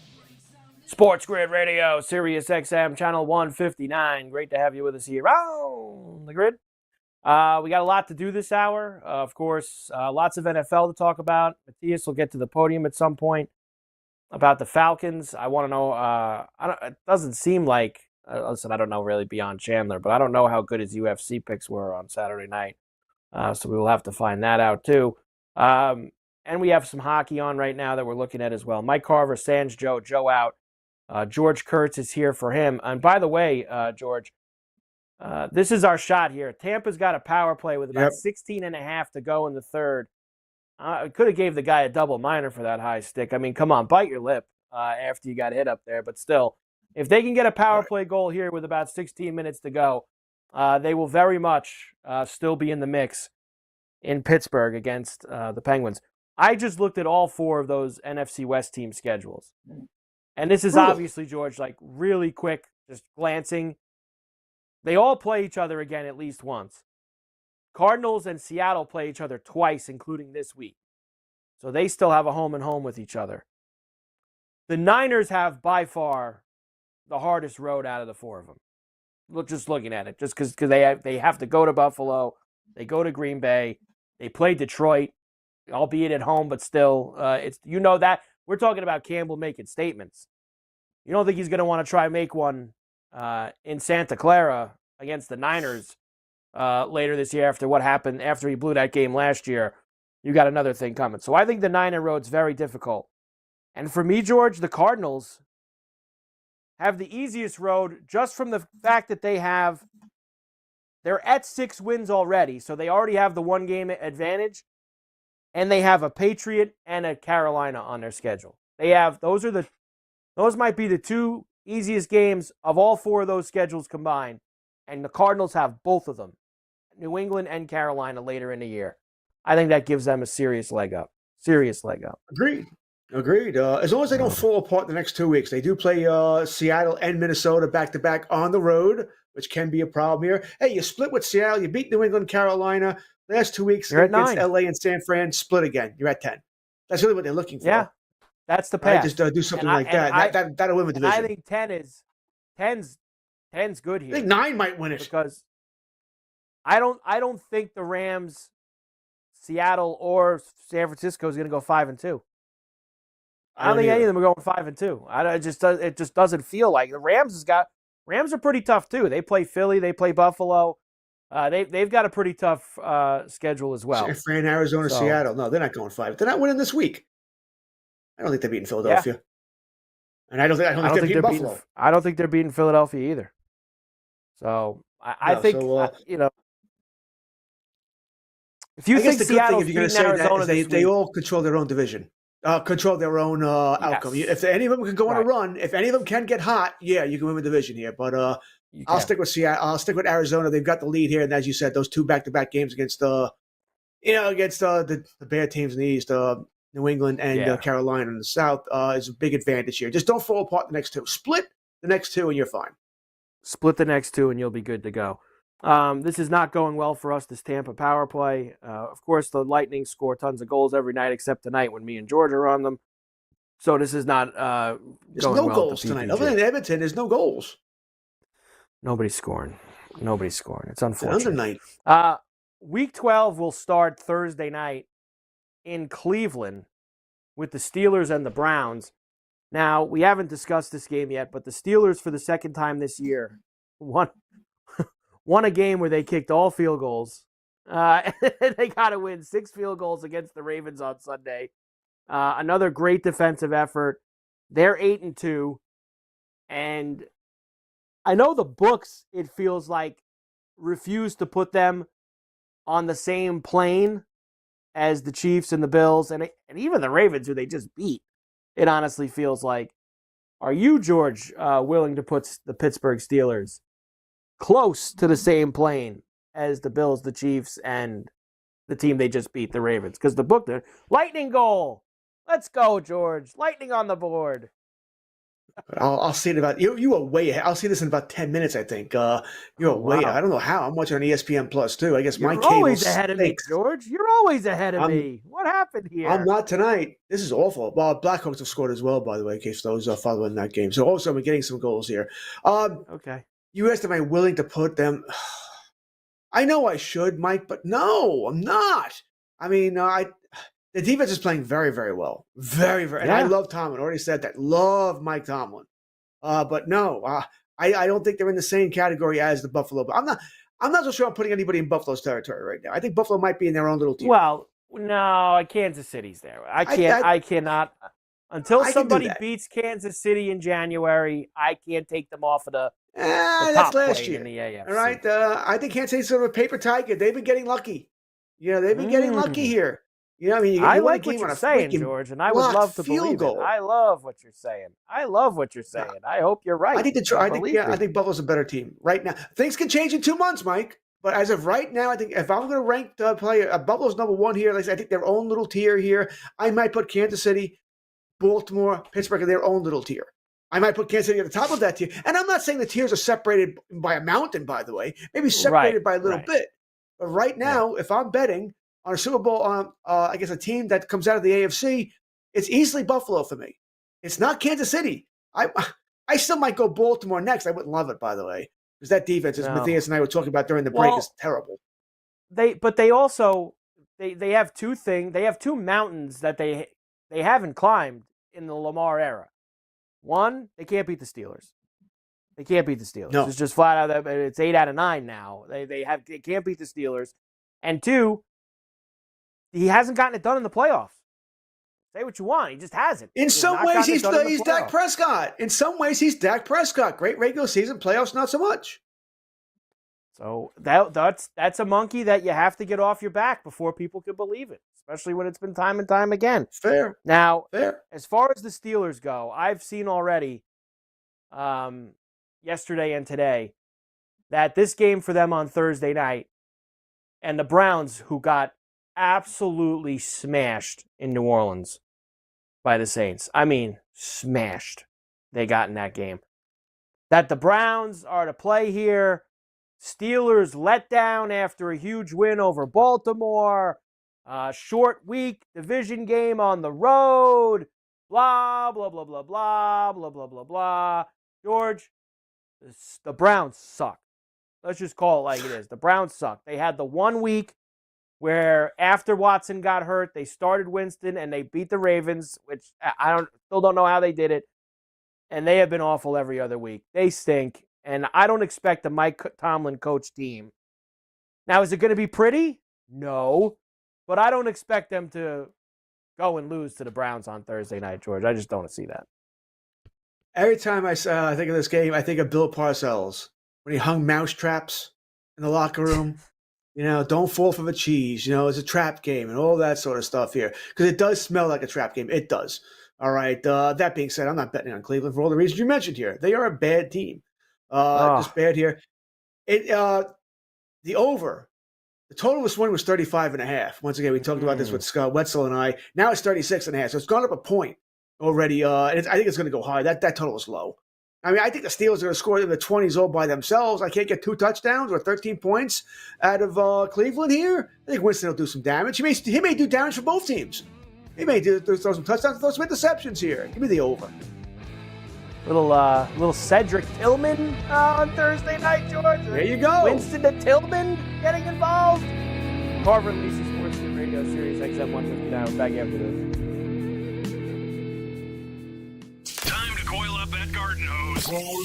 And SportsGrid has you covered with strategies and info on football, baseball, and everything else. This is the SportsGrid Radio Network. The new SportsGrid app is now available on iOS and the App Store. Experience the ultimate sports betting companion that provides personalized content from your favorite hosts. In-depth matchup previews, game and prop picks, live odds, stats, scores, and more. All in one place. And of course, on the SportsGrid app, you can tune into our live television and radio coverage anytime. On the go, wherever you are. Download the SportsGrid app on the iOS App Store now. It's smarter to be on SportsGrid.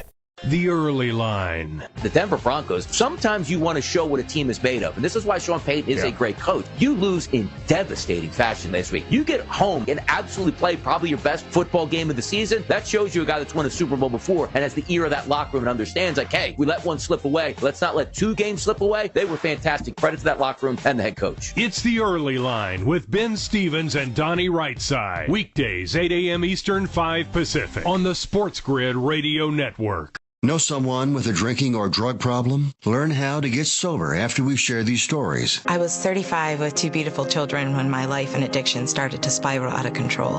After my divorce, I went into a depression cycle and started drinking more often and using prescription drugs. After my second DWI and arrest, my ex-husband threatened to take our children away from me. I was 17 when I became addicted to heroin and meth.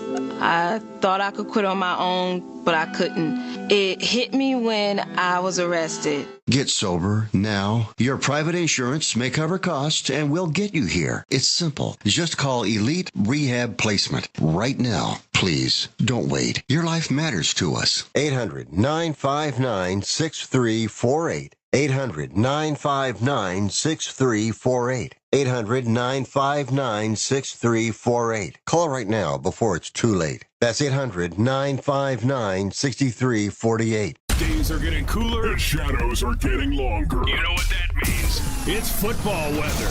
So bundle up and keep it here for all the latest strategies and gridiron information. It's smarter to be on SportsGrid. This is the SportsGrid Radio Network.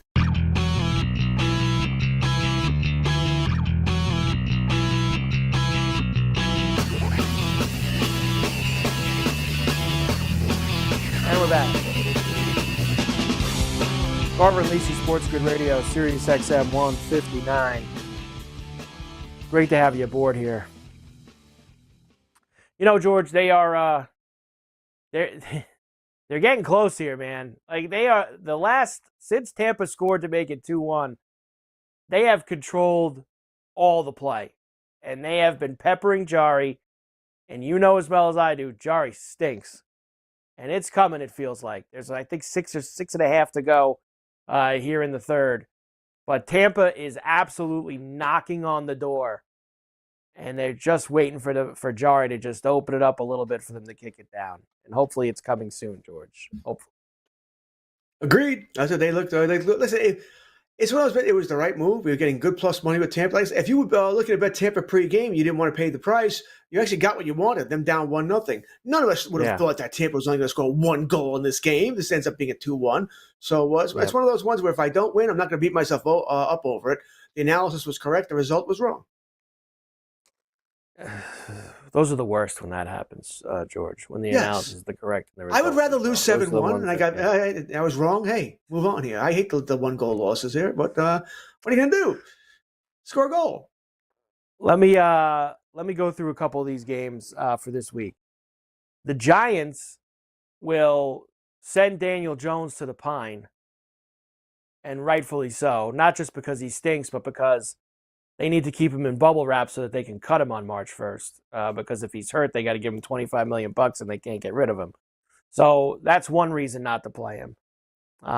But I think what surprised people here in the New York area is that it will be Tommy Cutlets, Tommy DeVito, instead of Drew Lock, who they gave $5 million to be the backup quarterback in the offseason. So there's only one thing, George, that this says to me. And I'm not the only one who thinks. I've seen plenty of people who cover the Giants, talk about the Giants, etc., say it. My personal opinion, George, is that Mara, who you saw on the Hard Knocks over the offseason, he cares about what his fan base thinks. He said it with the Barkley thing. It's my most popular player. The fans are going to hate that he's not a Giant. He knows that this season is once again an embarrassment. He's tired of now the Giants having no juice in town. Nobody talks about them. But he saw last year, what was the 3 or 4 weeks where the Giants did have juice, George? When? When did the Giants have juice? When this kid came in and played. So there's some, there's people in this town who like the underdog player, and they like seeing a kid like Tommy DeVito come in and play quarterback. Now, he also cost them Jaden Daniels and Drake May. By winning those 3 games. But still, they root for guys like him. And I think that Mara said, listen, if you're going to do it, you got to play him so that the fans can at least somewhat be excited. And we get a little bit of buzz with him playing. Tampa ties it. George, there you go. 2-2. Tampa ties it up. You knew Jari was going to let one in. George, what do you think? Do you agree with me with Tommy Cutlets and the Giants? Why he's now playing. I think that's part of it as well here. But you also, I agree with both parts of what you said. He also won some games last year. Listen, he's not the answer, right? I think the Giants also need – Drew Lock sucks, all right? I think Drew Lock was there just to make sure in case Daniel Jones couldn't come back from the ACL. Then you want to go with Drew Lock. He's a backup quarterback. He's not leading you anywhere, so you might as well find out what you have with DeVito to find out, can he at least be a backup quarterback? Right? Can he at least be a backup quarterback next year? So I think that there's part of that too. He's not the long-term answer, but neither is Drew Lock here. What? So put DeVito in. He's at least fun.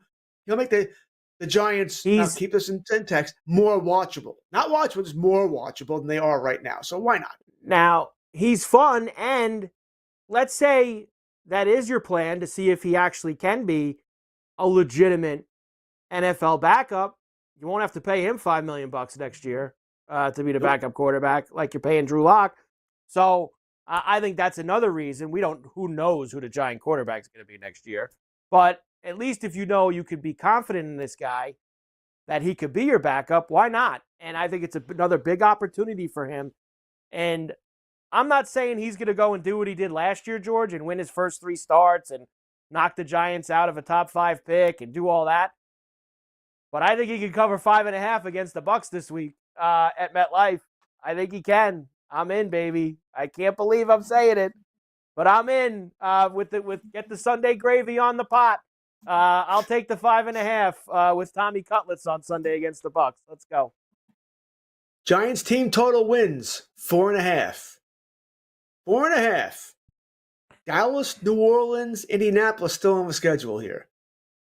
Tampa, Baltimore, Atlanta, Philadelphia Hey, you know what? also on They the schedule. play the Falcons too, George.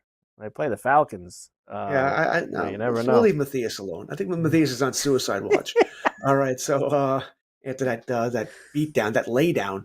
Well, so he's got to get ready. It's in 'Cause Atlanta. I know I've been It's in Atlanta. I've been Not winning teasing that it, game. but after the next break is where I'm bringing up the Falcons. So he better be ready. Falcons are after this The, break. the Falcons could lose to the Jaguars if they play the way that they did, like they did against the Broncos, guys. They could lose to the Jaguars. They're that bad right now. I'm ready to let it Mac rock. Jones. They're not losing to the Jaguars. Mac Jones is horrific.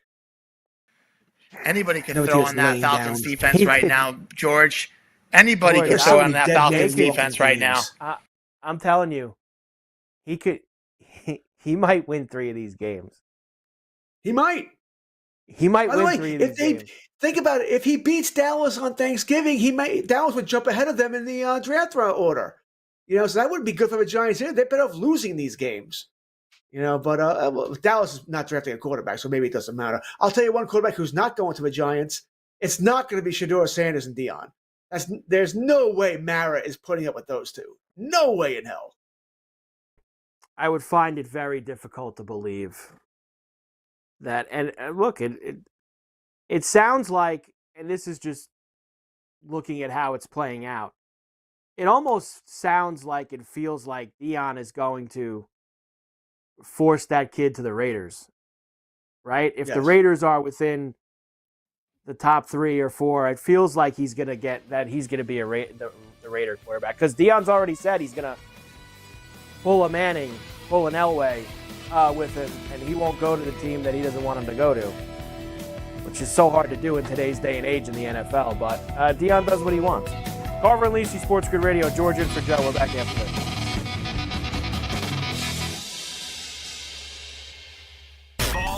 Don't look like an idiot at work. Know your stuff. Football and everything else. It's smarter to be on SportsGrid. This is the SportsGrid Radio Network.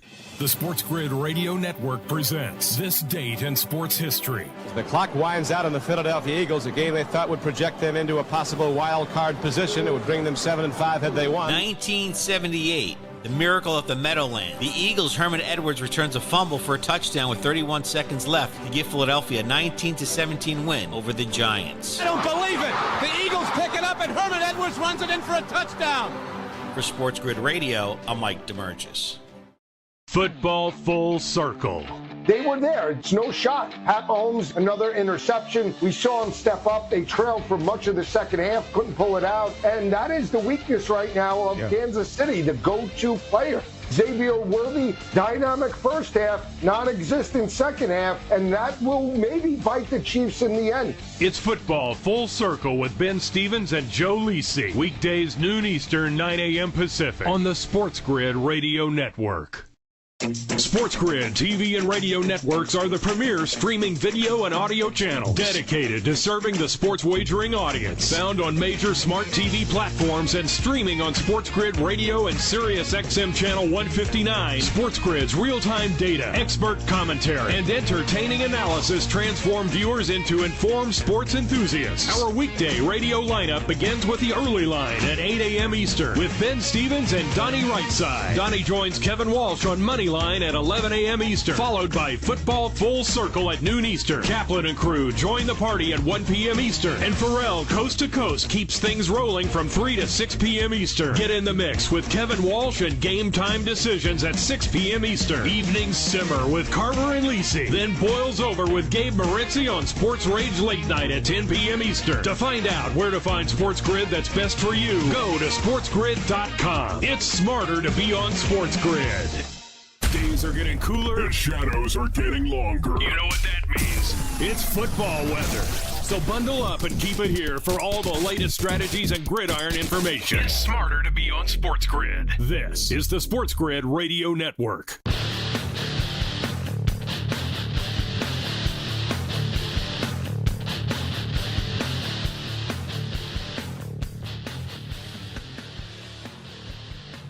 And we're back. Carver and Lisi with you, SportsGrid Radio. Sirius XM 159. Good to have you aboard here on the grid. Just really quick, The Celtics actually needed to sweat a little bit. They were smashing the Cavaliers at the half, but the Cavs made a surge in the second half, but they do get their first loss of the season. So Boston wins 120-117.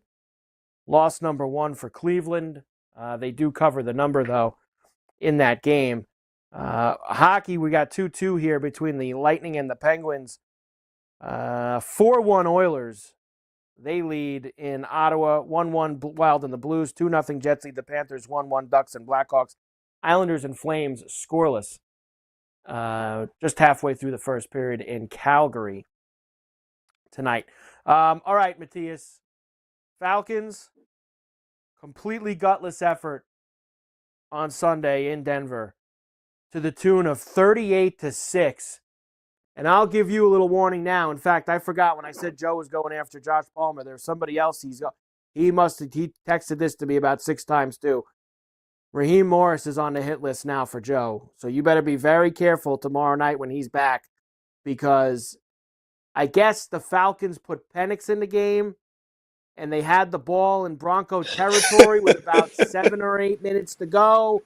Joe had the over 44.5. The game ended on 44. He doesn't understand why Morris just kept running the ball and killing the clock and not tried to score with. Why would you put Penix in the game if you weren't going to try to score with him in the game? Joe has got a lot of issues with your head coach after Sunday in Denver, and I'm sure you have different ones. Oh, no, he's 100% right. You know what, Mike? The frustration I've had has been growing more and more with Raheem Morris, and I think I've been saying this for the last couple weeks with you and George here. You know, how many times do I clamor about the penalties, the unnecessary penalties, the unnecessary roughness, like penalties all the time with the Atlanta Falcons? People say, oh, it's a flag fest. It's a flag fest. Well, you know what? The Falcons are committing bad penalties. That's why there's being flags thrown on them. They're not fake flags. They're real flags. And it's every single week. And something that, you know, when we watch, I mean, we've been watching NFL for a long time. You know, I'm not 21 years old, for crying out loud. And something I noticed, teams that create a lot of flags and they make mistake after mistake, is because those things aren't being corrected in the practice field. And that's a definition of your coach and what his discipline factor is in practices. And the Falcons have no discipline factor whatsoever. But that's not the reason they lost this game. They lost this game because, some flags, but the main reason is their defense is the worst defense in the league. And I've been telling you guys for maybe 4 weeks now, a month, that they might have the worst pass rush in the league. Well, it's not a maybe. They do have the worst pass rush in the league. I don't know if that's from Chris Lake, their new defensive coordinator, and his philosophy, but the Falcons and their inability. College DC, former DC at Washington University. Coach Lake, I think I got his first name right. Chris Lake. I might be. That's Jimmy. Jimmy Lake. My bad. Chris Lake is a magician. My bad. Jimmy Lake. Abracadabra, whatever, bro. This guy doesn't know how to get pressure. End of the year too. This guy might be practicing. Exactly, guys. Also, abracadabra, bro. We can't get pressure on the quarterback, and when they do, they can't wrap up. They can't tackle. It's a big, big mistake, and now it's getting to the point where everybody knows. The worst thing the Falcons could have done this week was go into Denver, who's coached by who? Sean Payton. Who's had the Atlanta Falcons number for pretty much his entire life? Sean Payton. Sean Payton coaches against the Falcons with a broken leg and gets first downs on his own. First down with his crutch, a sight that many Falcon fans will never forget, is Sean Payton punking them with one leg. And you know what? He's still punking them, but now he's doing it with orange, with the Denver Broncos. This guy made Bo Nix throw almost a perfect game his rookie year. And it wasn't the one guy. They don't have star receivers. Who? Valet, Humphreys, Sutton, Javonte Williams was benched last week. Guess what? Not this week. 9 carries. Gets a touchdown, 7 receptions out of the backfield. They did whatever they wanted to do, and they honestly gave a blueprint on how to beat the Falcons every single week. Y'all want to know how to beat the Falcons, boys? Look what Sean Payton did. Any average offense right now will put up 35 points against the Atlanta Falcons, and that's a fact, my friends. If they don't get it fixed, the Tampa Bay Buccaneers are going to win the division, and boy, does it pay me to say that, guys. They better not lose this division for me. They better not lose this division for me with the lead that they built up after beating on Tampa that second game. Carver and Lisi, SportsGrid Radio. George in for Joe. We're back right after this.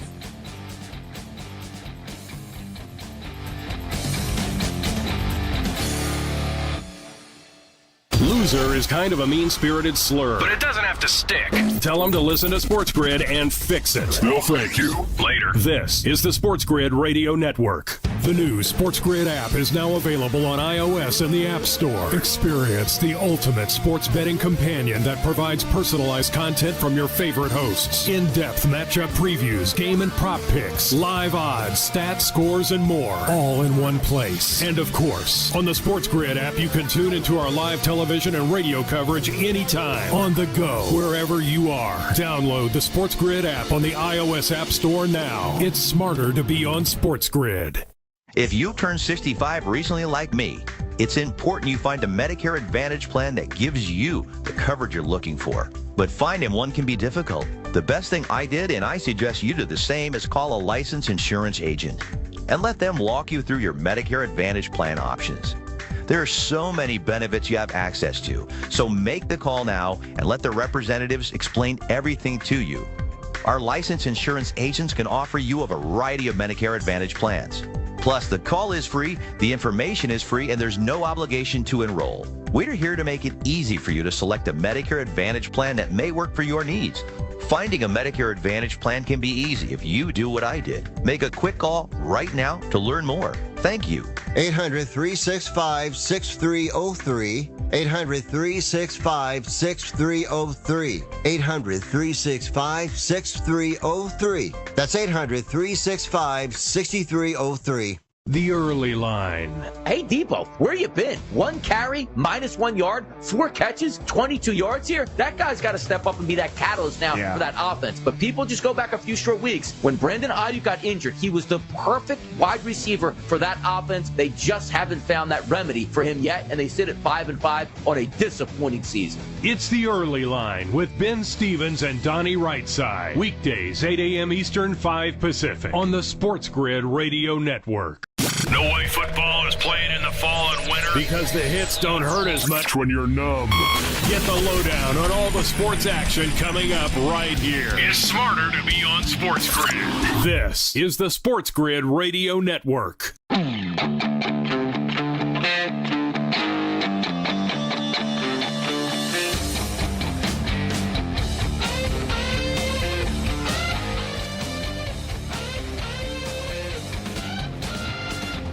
And we're back.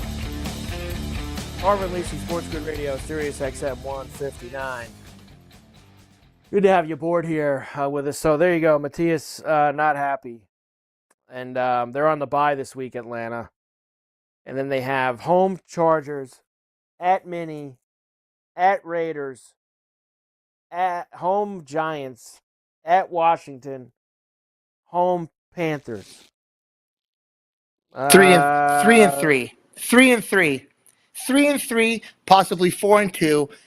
We'll see what happens against the Chargers on the game after their bye, guys. Because if they lose that game, which I do think they're going to lose, I think the Chargers are better than the Falcons, so they should, the Chargers should win. But I don't know how the team's going to react if they lose another game coming out of the bye, guys. You know what I mean? Like, how could you tell the team we still have the whole season in front of us when you've pretty much gave the whole lead away? Should be fun. I'll just say it one more time. You better not lose that division. You better not lose that division. That's all that I can say.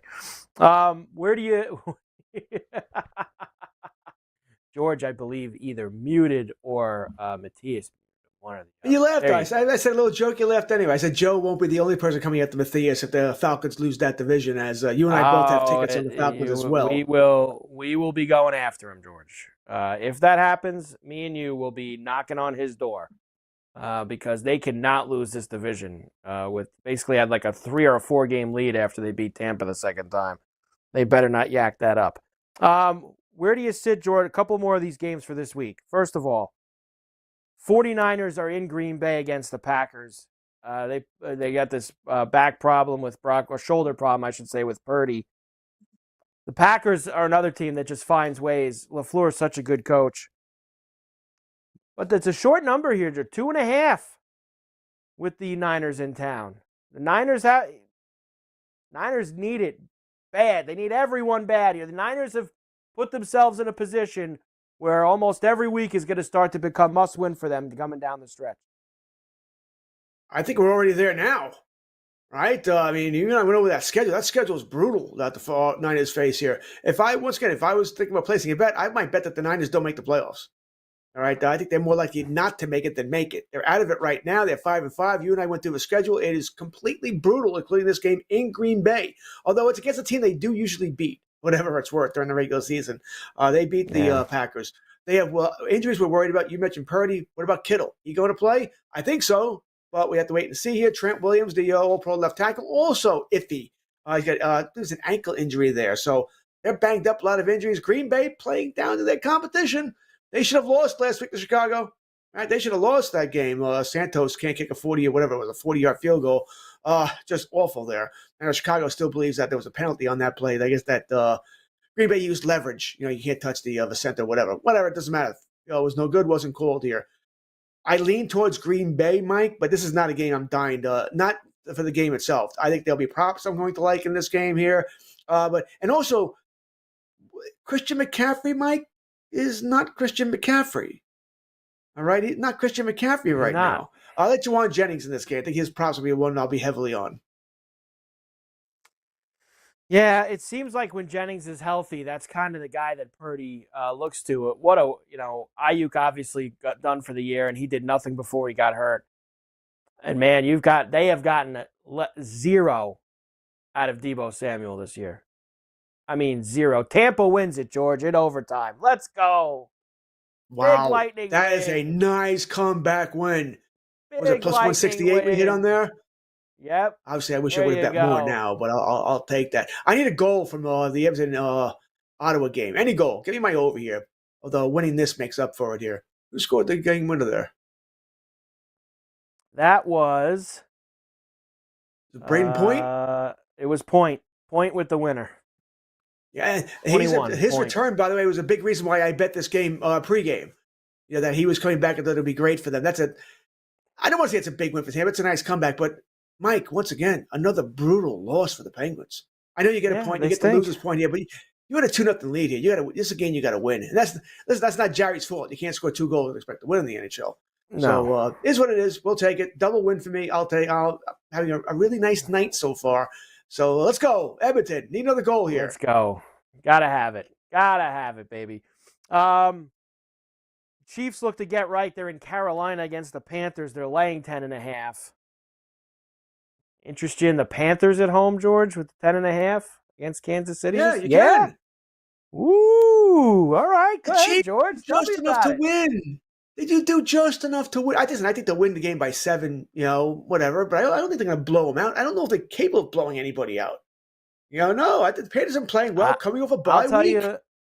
I'll tell you this, though, and this is one of these games.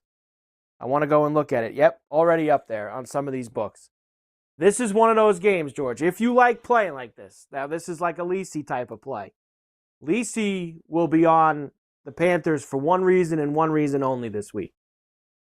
Everybody's going to go to the window with Kansas City. Everybody. This is going to be one of those games. 91% of the bets, 89, but 93% of the tickets. You're going to get all these numbers this week. You're going to hear it all. The Chiefs off a loss. No way. Smash City, this, that. That's tricky. It's very tricky. They don't cover, George. They don't. You just said it. They don't cover. They win these games all close. And Carolina, they're not a great team. But off a bye, they've actually showed a little life going into the bye, right? Winning a couple games. They won 2 going into the bye. Maybe they smash them, but I could see that game being 27-17, covered by the half, right? I mean, I could see it. You might get me on that with you, George. You might get me pulled over there for Carolina this week. It wouldn't be a huge bet. I'm not saying you bet the bankroll here. I'll tell you this. And Ottawa scored, by the way. Thank you, Senators. Thank you. Appreciate it. Very good. We'll take that. Oh, no. The officials are huddling. This is never good for me. This is never good.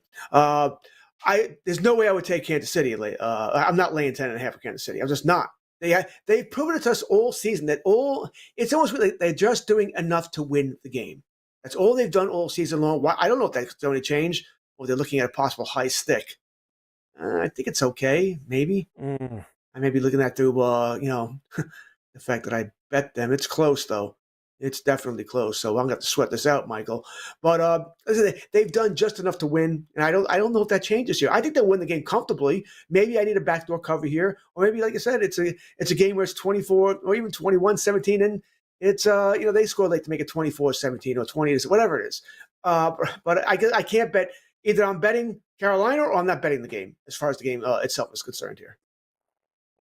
Got no problem with me on that, George. But as the week goes on, that's one that I might gravitate to a little bit more here, especially because I love those, the 90%, no doubt about it. They're absolutely going to cover. Got to go the other way on those. The Dolphins are back in this a little bit, I guess, or they're trying to. And their schedule's helpful, as me and you talked about last week. We said that their schedule was going to give them an opportunity to get back involved. They beat the Raiders. Now they play the Patriots. But are you willing to lay 7 with them, George, at home against the Patriots? Probably not. Not that I'm going New England either. But once again, New England's another team that's showing some fight. They're showing some fight. And listen, no doubt that the Miami's the better team. Once again, I think they win the game here. But the win by that's a tough number. That seems like a push number to me, actually. No, this is one where I'd probably rather go on the money line here. I could go with a tease to bring it down to 1. You find somebody else here. I don't have an issue with that. I could go with the Texans and bring it down to 1.5 to have both teams win. Maybe a parlay. They could be involved in there, but there's something about the 7 I don't like here. I think I'd rather take New England, although I'm probably not betting that either. Carver and Lisi, SportsGrid Radio. George in for Joe. We're back on the grid right after this.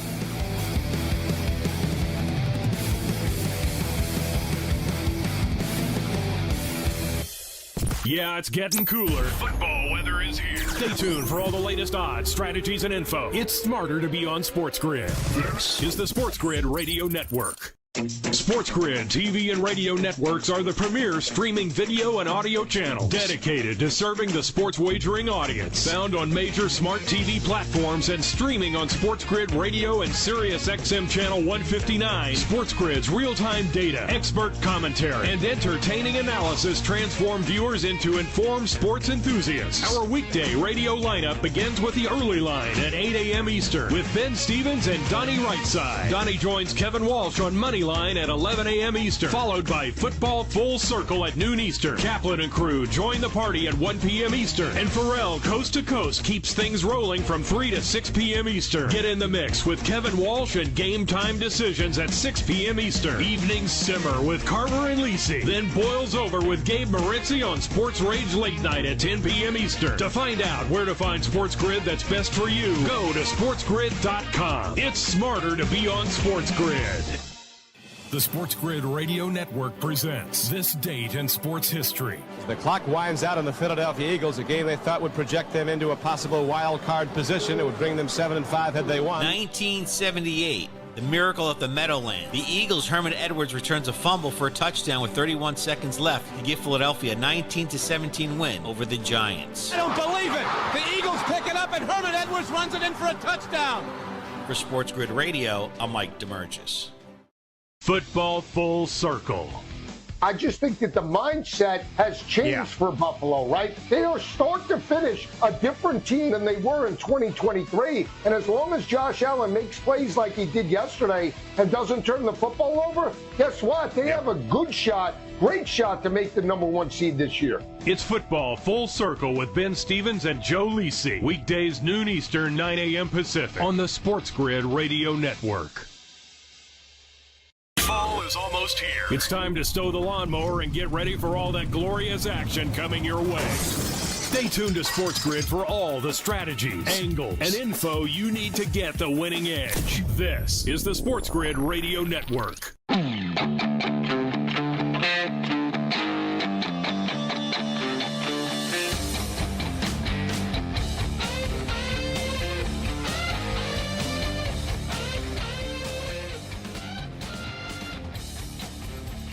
Carver and Lisi Sports Radio, Sirius XM 159. Great to have you aboard here with us. All right, George. Couple of things here. Number one, I gotta tell you about this story. So we talked about Joe Douglas getting fired as the Jets general manager. This just came out in the last, I think really in the last 15 or 20 minutes, this story in The Athletic. Which is from, hold on a second, George. I gotta see who wrote this. I think it was Rossini and somebody else. I'll get you that in a moment. Jets fired Joe Douglas. According to multiple team sources who spoke to The Athletic. Now, when a story like this comes out 8 hours after the general manager was fired, you could bet your bottom dollar that multiple team sources is the general manager who just got fired 8 hours ago. You could pretty much say that this is where this came from. About the team's inner workings. According to those sources, the day after the Jets lost to the Broncos on September the 29th, and that was a bad loss, George, if you remember. The offense was putrid that day. There was a contentious meeting at the team facility. It included Woody Johnson, Joe Douglas, Christopher Johnson, team president, a couple of other suits, and an advisor to Johnson. It also included a group of coaches, Robert Saleh, Nathaniel Hackett, Jeff Ulbrich, and the special teams guy.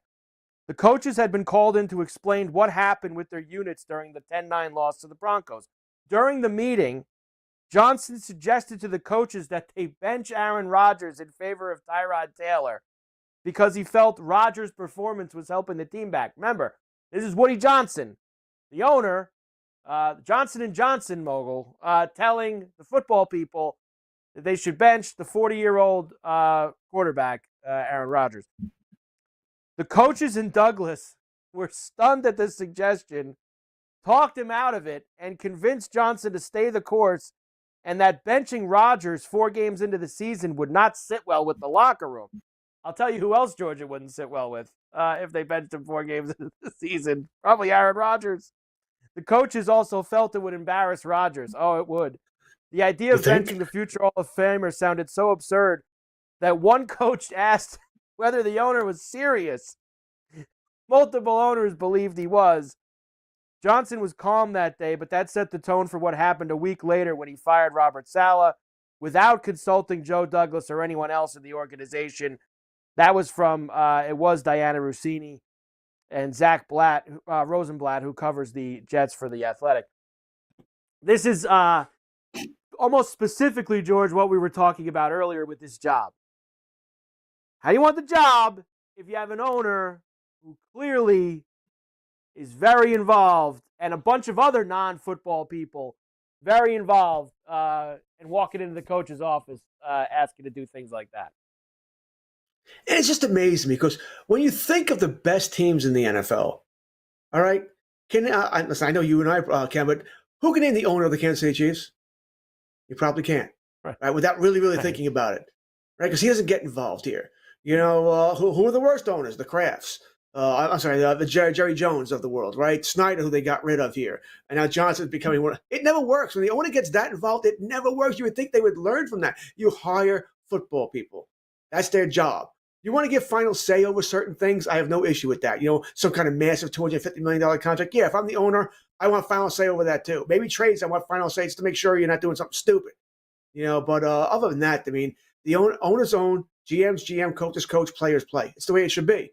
With the Jets, it doesn't seem to be that way. Right? Rodgers was making moves that he shouldn't be making here. Now the owner's getting involved. It's a mess. It's good for us. It's fantastic for us. But it's just the Jets are just are they top 5 worst run team in sports? Top 10 in sports? Oh, not the NFL. Sport. They are. They might be top 3. They could be top. I mean, they are top 3. I think. Jet will always jet. Always. Jet will always jet. I almost feel bad for Jet fans. That's just the way. Yeah, some of them I do. I'm a Cowboy fan. I don't feel bad for anybody. Not all of them. You know, screw you guys. Deal with Jerry Jones and come talk to me. Yeah, that's very true, George. I don't disagree with that part of it either. That's for sure. Is there any other game that you like here this week in the NFL? I haven't gotten through all of them, obviously, but Is there anything else? Eagles-Rams Sunday night. Ravens-Chargers is the Monday night game, the Harbaugh Bowl. That'll get shoved down your throat plenty here over the next 5 days. You'll hear plenty about that. You think? You think? Maybe just a little bit. Listen, I kind of like the Hogwarts. They have both great coaches here. Ravens are favored by 3. I mean, I think I was talking to Matthias during one of the breaks here about the game Sunday night. I thought the Chargers were in control of that game, Mike, until they started to go for the throat. They kept throwing 40-yard bombs, mainly to Quentin Johnson. And they were incomplete. Cincinnati's getting the ball back, and here we go. They allowed him back to the game rather than doing what was working for you, which is little intermediary passes, which the Bengals couldn't cover to save their lives. So I think they'll learn their lesson from that. But this game could be another shootout. Baltimore can't stop anybody. If Lamar Jackson isn't able to move the ball against the Chargers defense, like Cincinnati was, I think the over intrigues me, which it always does, by the way. So I think I might lean towards the over. I think there'll be a lot of props we can play there. Derrick Henry's probably going to score a touchdown. He does every other damn game. And Dobbins probably as well. So once again, the simple props me as well, but I'll go here. But I don't think this is going to be a slobber knocker. I think we will get points on the board. This is not going to be Ravens Steelers. They did put a prop up for Henry to score in every game this year. I saw it before when we were looking at those divisions. Henry to score. Here it is, George. League season lead. No, not season leaders. Record breakers. Yes. Henry to score a touchdown in all 17 games. Plus 600. Does he play the last game? What if it means nothing against Cleveland? That's some fine print, but it might be for the division. Aren't they playing? Isn't it again? Are they playing Pittsburgh the last game or Cleveland? I think they're playing Pittsburgh. Cleveland. They play Cleveland the last game of the season. They play Pittsburgh in a month, 21st. Carver and Lisi, SportsGrid Radio, George in for Joe. We're back on the grid right after.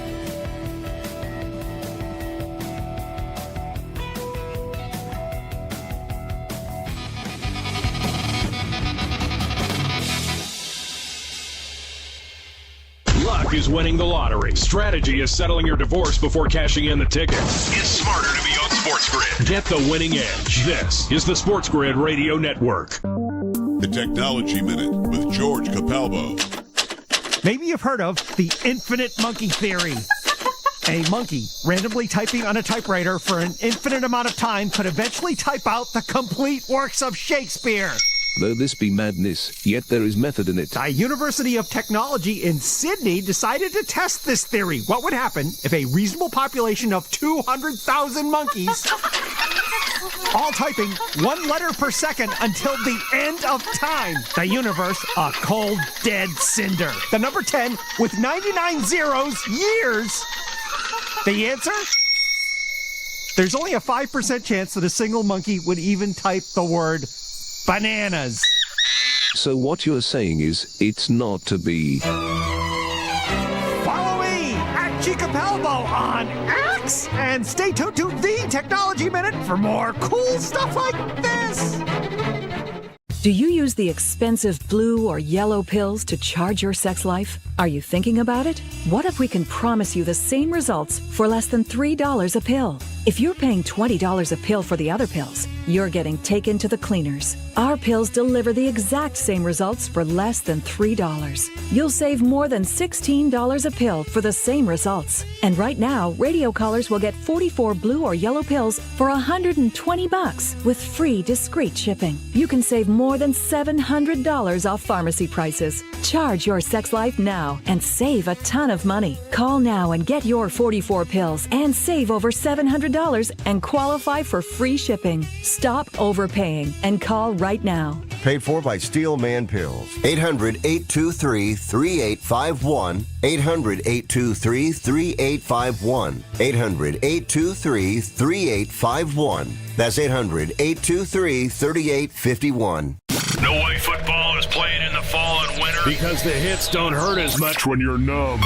Get the lowdown on all the sports action coming up right here. It's smarter to be on SportsGrid. This is the SportsGrid Radio Network.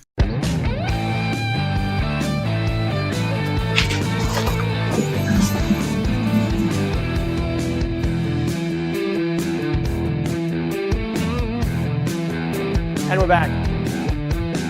Carver and Lisi, SportsGrid Radio, Sirius XM 159. George Kurtz in for Joe. Joe will be back tomorrow after he stops at Raheem Morris to see him down at in Atlanta. Make sure he gives him a piece of his mind after Sunday.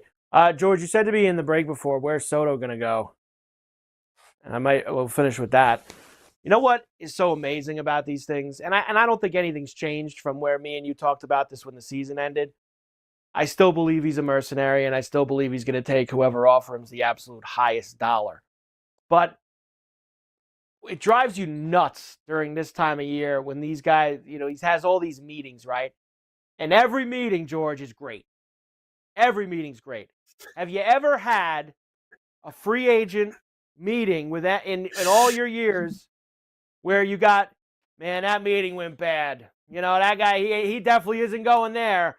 It's always the puff piece from the team to a reporter. Oh, the presentation was great, or it's the agent that wants to make sure that they make the team look good for taking the time to make the offer. Oh, the presentation was great and could really see himself with this team. Every meeting, George, goes great. The Red Sox meeting was great. The Toronto meeting was great. The Met meeting was great. The Yankee meeting was great. I'm sure today the Dodger meeting was great. All the meetings are great, George. The bottom line is, who's putting the most amount of dollars on the table? That's what matters. I agree with you wholeheartedly, by the way. So it's the old, the surgery was successful. When was the last time surgery wasn't successful, right? Oh, no, they cut his arm off. Oh, my God. They operated on the wrong leg. So it's always that. I agree. The only pushback I'll give on that is if Toronto offers the most money, I don't know if he's pulling that trigger. If Toronto's over $20 more million than the Mets, I think he might still go to the Mets. I don't know if he's going to Canada. Listen, as a Yankee fan, you and I both. I think he does it. I think he could go there and talk about less pressure. I mean, he'll go there for more money and less pressure. He'll go play in Toronto. I think he would do it. As a Yankee fan, you and I both agree he's not signing with the Yankees, right? And I don't. Listen, I'd like him to, but I don't think he's coming here. Don't end up with the Sox. Don't end up with the Jays. I don't want to deal with you 12 times a year in the division. I'm not thrilled about the Mets either as far as crosstown rivals, but that's better than the Sox over Jays here. I still think he's the Mets. I think that would be it here. I know some people talk about Washington, that maybe they'll get their player back. His brother was in that organization. Not sure I see that. Philadelphia, that's not what I don't think that's happening either here. I think it's Mets, Toronto, Yankees are there. The Dodgers are certainly there, but I don't know how much the Dodgers want to pay somebody else, $600+ million. And I'm not so sure how much he wants to play on the left coast either. I think he does want to be on the East Coast. So I'm still if I was going to, I think it's going to be the Mets. I think they're going to end up naming. I think Cohen wants him, and I'm not so sure. Other than Toronto, I'm not so sure anybody can outbid him. I saw this being thrown around on, and this is what goes on New York radio. If you don't live in the New York area, you can get a little crazy, sports talk radio in this market. But I saw this today, George. Take your pick. Soto back with the Yankees, or Christian Walker, Alex Bregman, and Teoscar Hernandez instead. You get all three of those players. If the Yankees sign Bregman, it is a huge gamble. Fans hate him, right? Not as much as Altuve, but they hate him. If he gets off to a slow start, it's over for him in New York. It's just over. The fans will crush him every time. No. Don't want Bregman. And I would be really surprised if Teoscar leaves the Dodgers. I don't think he's leaving the Dodgers here. I think you can make an argument, Mike, that we could be better. The Yankees could be better without Soto. I think you can make that argument. I do. Right, Christian Walker makes some sense here. You got to sign either a second baseman or a third baseman, another outfielder as well. So you could make an argument here, but no, not that one. I don't. I want nothing to do with Alex Bregman. No, I think that's a disaster waiting to happen. I would not pick that door, George. I was just telling you. I heard somebody put that door out there today. Is that too many right-handers also? By the way, wasn't that the problem in the Yankees a couple years ago? All right-handed. Right. That's you would think.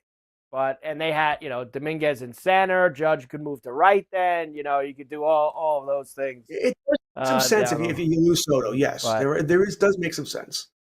No. Well, everybody likes to play GM, George, but unfortunately, only guys like Woody Johnson who buys teams and Jerry Jones can actually do it.